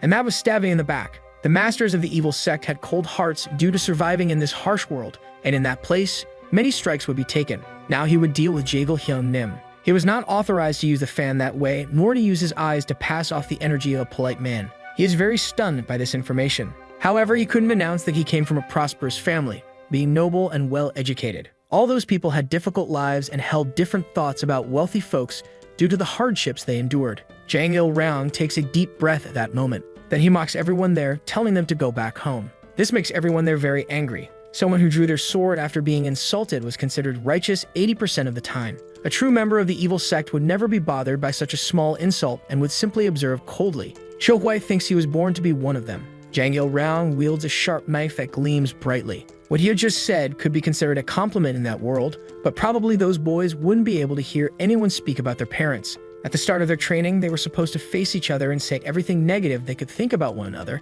and if they reacted, they would instantly lose. Jiang Ho tries to insult Qiu Hui, who retaliates by talking about his mother. The two do this again. Jiang Ho becomes very angry upon hearing the boy speak about his mother. Qiu Hui doesn't need training for this. It's child's play for someone who has read every kind of insult on the internet. Namgong Hyung Nim should just keep his mouth shut and pretend to be any ordinary traveler.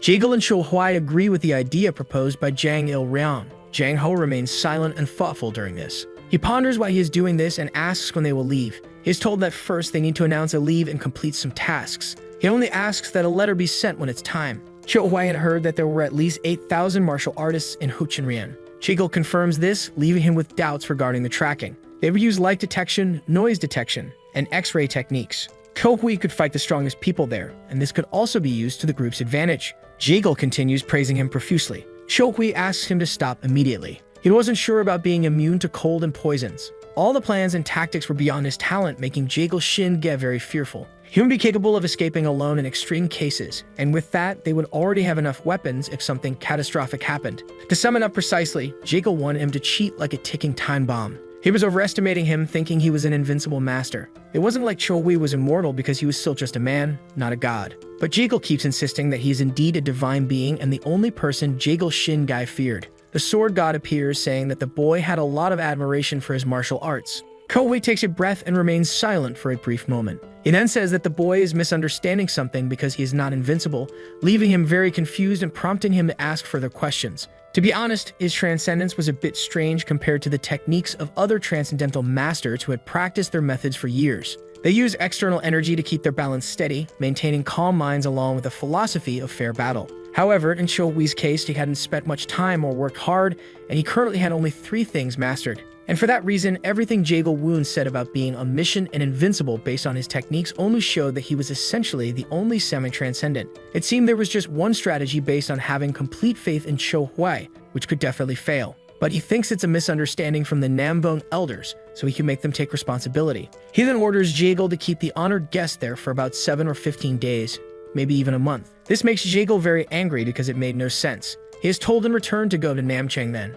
He could give him 4 days, nothing more, and even curses the mercantile corporation. Cho Hui says he will try his best. Far from there, in that enormous temple, the family head is seen among various plants. The two meet, greeting each other immediately with much charisma. He then asks if the meticulous outlaw training had been completed, and Cho Hui affirms it. The leader bets that he wouldn't see his careful friend for a long time. He stares at him silently and still for a few seconds. Then he asks if the master believed his martial art was truly at a transcendental level. The leader is quite taken aback by the question, as the technique was undoubtedly morally correct. He might have hesitations after entering a state of complete egolessness from the grave, but Cho Hui had achieved transcendence through a different method. Moreover, he had never studied scriptures or learned movement techniques. The chief is curious to know the explanations for what he had witnessed during the battle. That time, the only thing Cho Hui had done was move quickly, dodging attacks. He says he will explain that later and asked about his position in the Namgong family, inquiring if he could learn something. He discovers that as an elder, he could learn all the martial arts of the family, except for the clan head's secret technique.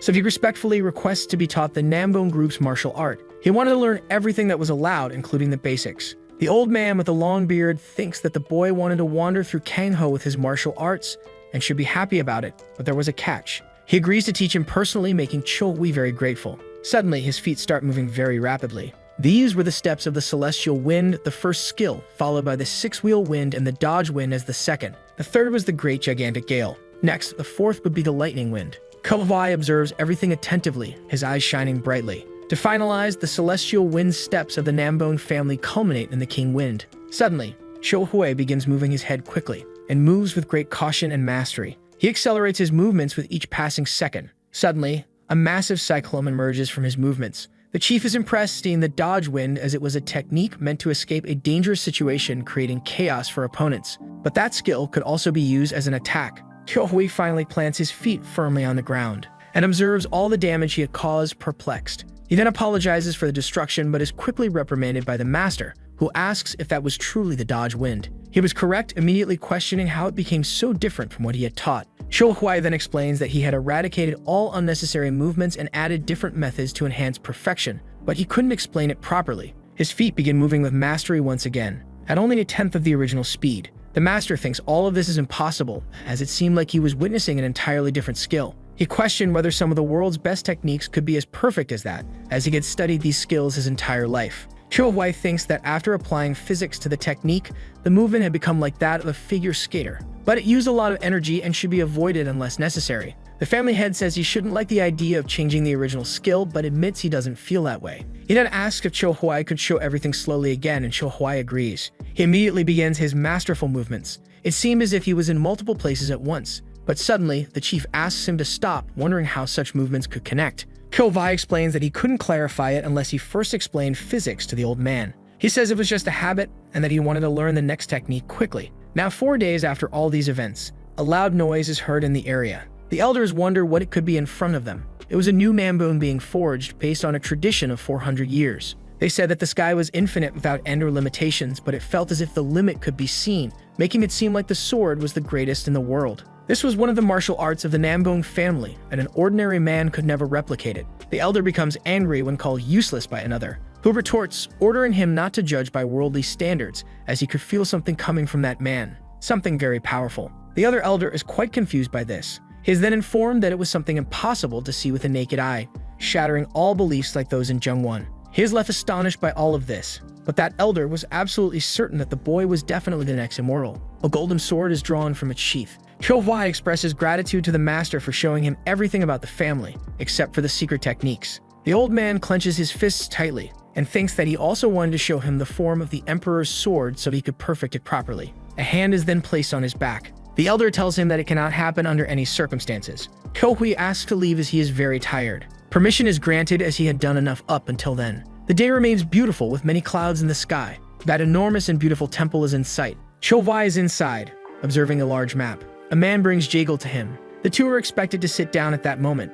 Cho Hwai asks them to discuss the plans before they depart so he can review the strategy. Jaegal had already mentioned that they would track down the spies. Cho Hwai gives a slight, mocking laugh. He then suggests that if the spies were found, he wondered what they would do next, ending the chapter. Jaegal becomes nervous at this question, as many benefits could clearly be gained from it. Cho Hwai speculates that the information would be sent to the Alliance, leaving uncertainty about what would happen next. Jaegal reveals that the group would send at least 3 or 4 large battalions of soldiers to Anhui province. Cho Hwai finds the number small but learns that the Alliance had other borders to protect. He then thinks about the people the Nambong family would send. He quickly assumes the Alliance would win but questions what would happen after that. Jaegal says that judging by the general's personality, they would put a lot of pressure on the opponent, trying to avoid battles as much as possible. The best outcome would be dealing with the northern part of Gangseo and having them as allies of the Alliance. Cho Hwai thinks that eventually, after so much effort, they would absorb part of Huchinrian. But Jaegal considers that a foolish question. Cho Hwai takes a deep breath without saying anything, and states that his business declines the Alliance's help, sending Jaegal back to the Alliance.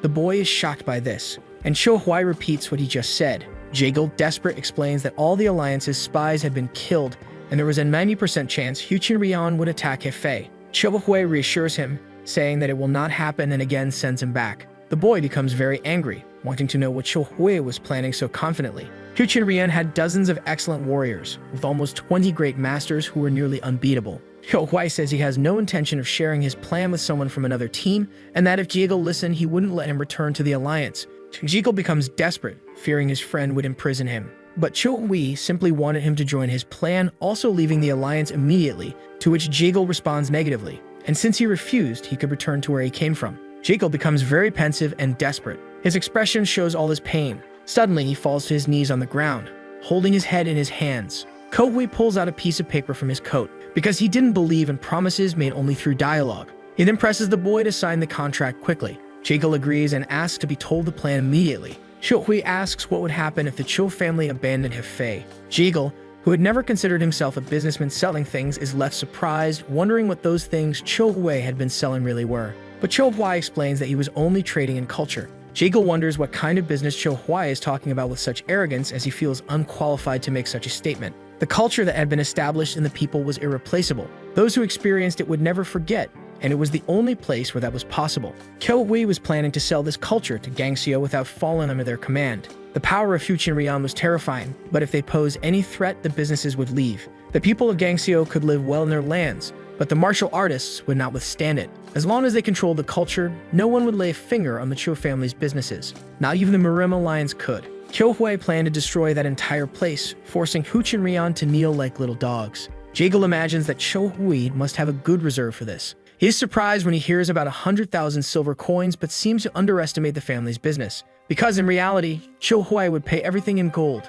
After learning this, the boy's eyes widen in astonishment, wondering how much Cho Hwai earned per month. Everyone believed that the hotels and restaurants were his main businesses, but it was the MANHWA forge that held that position, because it provided weapons for the army, earning a profit of 55,000 gold coins plus 20,000 for repairs in just 1 year. Not to mention the carriages, hundreds of harvesting tools, and other equipment. The reason his businesses had taken control of all Hefei was that all these profits were reinvested into other enterprises. Cho Hwai explains that this value could triple now that it was decided, and asks manager Jaegal to stand up so they could continue. Jekyll thought he would become the operations chief and that the salary was half of what was offered before. Cho Hui responds that a person's value depends on the situation and the timing. Back then, he needed effort, but today it was different. Jekyll asks if at least he could teach him arithmetic, leaving Cho Hui a bit puzzled. An employee informs them that the young master had arrived. Cho Hui agrees to teach him on the way to Namchang, making Jekyll very happy. Jang Ho apologizes for the delay and Jang Il Reong is surprised to see them. He greets them politely. Jekyll suddenly enters a state of panic but maintains his composure. Cho Hui asks why they were meeting so early. Jang Il Reong expresses concern for his comrades, asking to join them. The leader seems a bit puzzled by all of this. His employee then suggests leaving Jumbo in charge of the hotel. But it did make sense as Jumbo hadn't shown any progress, immediately rejecting his boss's opinion, which the leader surprisingly agrees with despite it being a rather crazy idea. It would all be like the Avengers. Jekyll asks what that means, but he rushes off, wanting to spend a lot of money. The day is beautiful, with many clouds in the sky. A person is seen at the top of a beautiful building. The man criticizes the young woman and even tries to insult her. She listens carefully and turns around, holding something in her hand. It was a large braided rope. The man provokes her further, insulting her. She swiftly descends from the detailed structure, with her hair flying in the air. She asks him to repeat himself, listening to more insults. She then grips the whip tightly and strikes the annoying man with all her strength. She asks him why he has so much anger and hatred towards her. He provokes her again with insults. The woman asks what he came to do there, threatening him. The man says a golden goblin had appeared in Poyang Lake, leaving her completely shocked and perplexed, ending this chapter. She feels curious, but he only repeats what he had heard from his superiors, mentioning that someone was buying large amounts of land around Poyang Lake. She is certain that this person would flee, terrified after being robbed, as it wasn't unusual to see such things. The man informs her that the person had purchased 200 square kilometers, astonishing her. She also suspects it might be someone from the imperial family. Even though Dan Wumyong had been expelled, it was a mystery who would dare return there. What could be done with such a vast land remained unknown. The man reveals that the superiors wanted a meeting with a new resident of the area, as they also wanted to buy that property. The woman is surprised because someone wanted to acquire Ho Chun Rian's land. Additionally, all these things seem like a huge madness. They start arguing again like two fools. And soon, the man tells her to get ready because the enemies would arrive soon. They would be heading to the central part of Ho Chun Rian. She says she wants a scythe to kill all those people. She is very ruthless toward others. The man becomes very angry with her, and she just asks where the visitors would be waiting. He reveals it's at the Fragrance of Fish building, a very beautiful and grand place. The group is already waiting there patiently. They stare at each other without saying anything, standing still and looking very tense. Suddenly, the man arrives, playing with his dangerous weapons, and throws the sharp scythe onto the table. He immediately asks if it's the guy who is buying the land.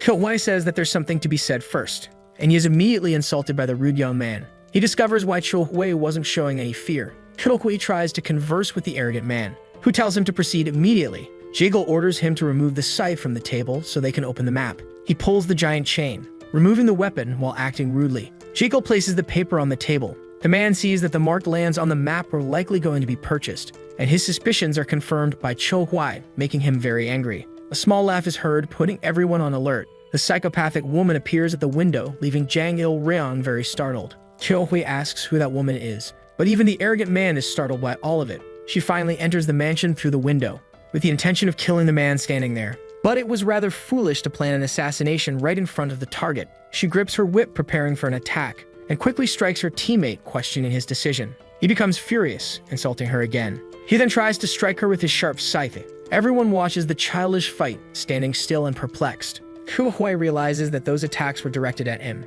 He effortlessly blocks both weapons, saying that those fools weren't even people. The arrogant guy is impressed by the masterful defense. Cho Hui stares at him with fury in his eyes, and demands that the fool sit down immediately. He also instructs the ghostly woman to do the same. He looks at a nearby staff member. A staff member approaches to take their orders. The arrogant man orders various dishes and a liquor. Cho Hui flicks something with his fingers in his direction. It hits him squarely on his mediocre forehead. He then reprimands him for his orders, saying he wouldn't buy anything expensive for those useless individuals, even though he was wealthy. The girl remains standing because there were no chairs available. The man starts mocking her, saying she was the one who broke the furniture and was now boasting. Jang Il Reong calls Hyun Nim to deal with him, but is quickly insulted. Cho Hui makes a small gesture with his index finger. A chair floats over, surprising the arrogant man. He tells the girl to stop drawing attention and sit down immediately, and she thanks him. Cho Hui then begins the conversation he intended to have, asking where the labor that left Ho Chun Rian was hiding. The man questions if they had come from the righteous sect. Everyone there falls silent, saying nothing after that. Jang Il-ryong asks if he really seems so righteous, showing off his huge muscles and the large red tattoo on his back. The man then realizes that he was supposedly from MURIM, but he also questions why they were there, as the water would expand soon. He thinks about what MURIM was trying to accomplish and their executable plans during the rainy season in the middle of summer. He deduces that they plan to sail through the expanded river and attack the Namgung family in MANHWA. Jang Il-ryong says he was merely following the orders given by his superiors. The two discuss the duplicity of this dark group. The man understands why the leader had asked them to purchase the lands. He mentions all the men involved and says that if the superiors allowed it, he would certainly assist. But the psychopathic woman had a catch in all this. The leader was a very greedy man and wouldn't give up half of Poyang Lake without a fight. She understood that Jang Il-ryong was from MURIM, but didn't understand why they had asked about Hu Chenrian's soldiers. Nobody says it was all just a test because it hadn't been easy to believe that they were authorities, leaving them confused and not understanding much. Because according to them, there was nothing wrong with their behavior. Jiggle thinks that this situation is very bad, because about 10,000 men would attack Anhui through the Jiang River waterway and the battle would go down in the history books. He considers going to the Alliance immediately to inform them about everything. So the video ends here. If you don't want to miss the next part, activate the notification bell, and see you next time on Tob's channel.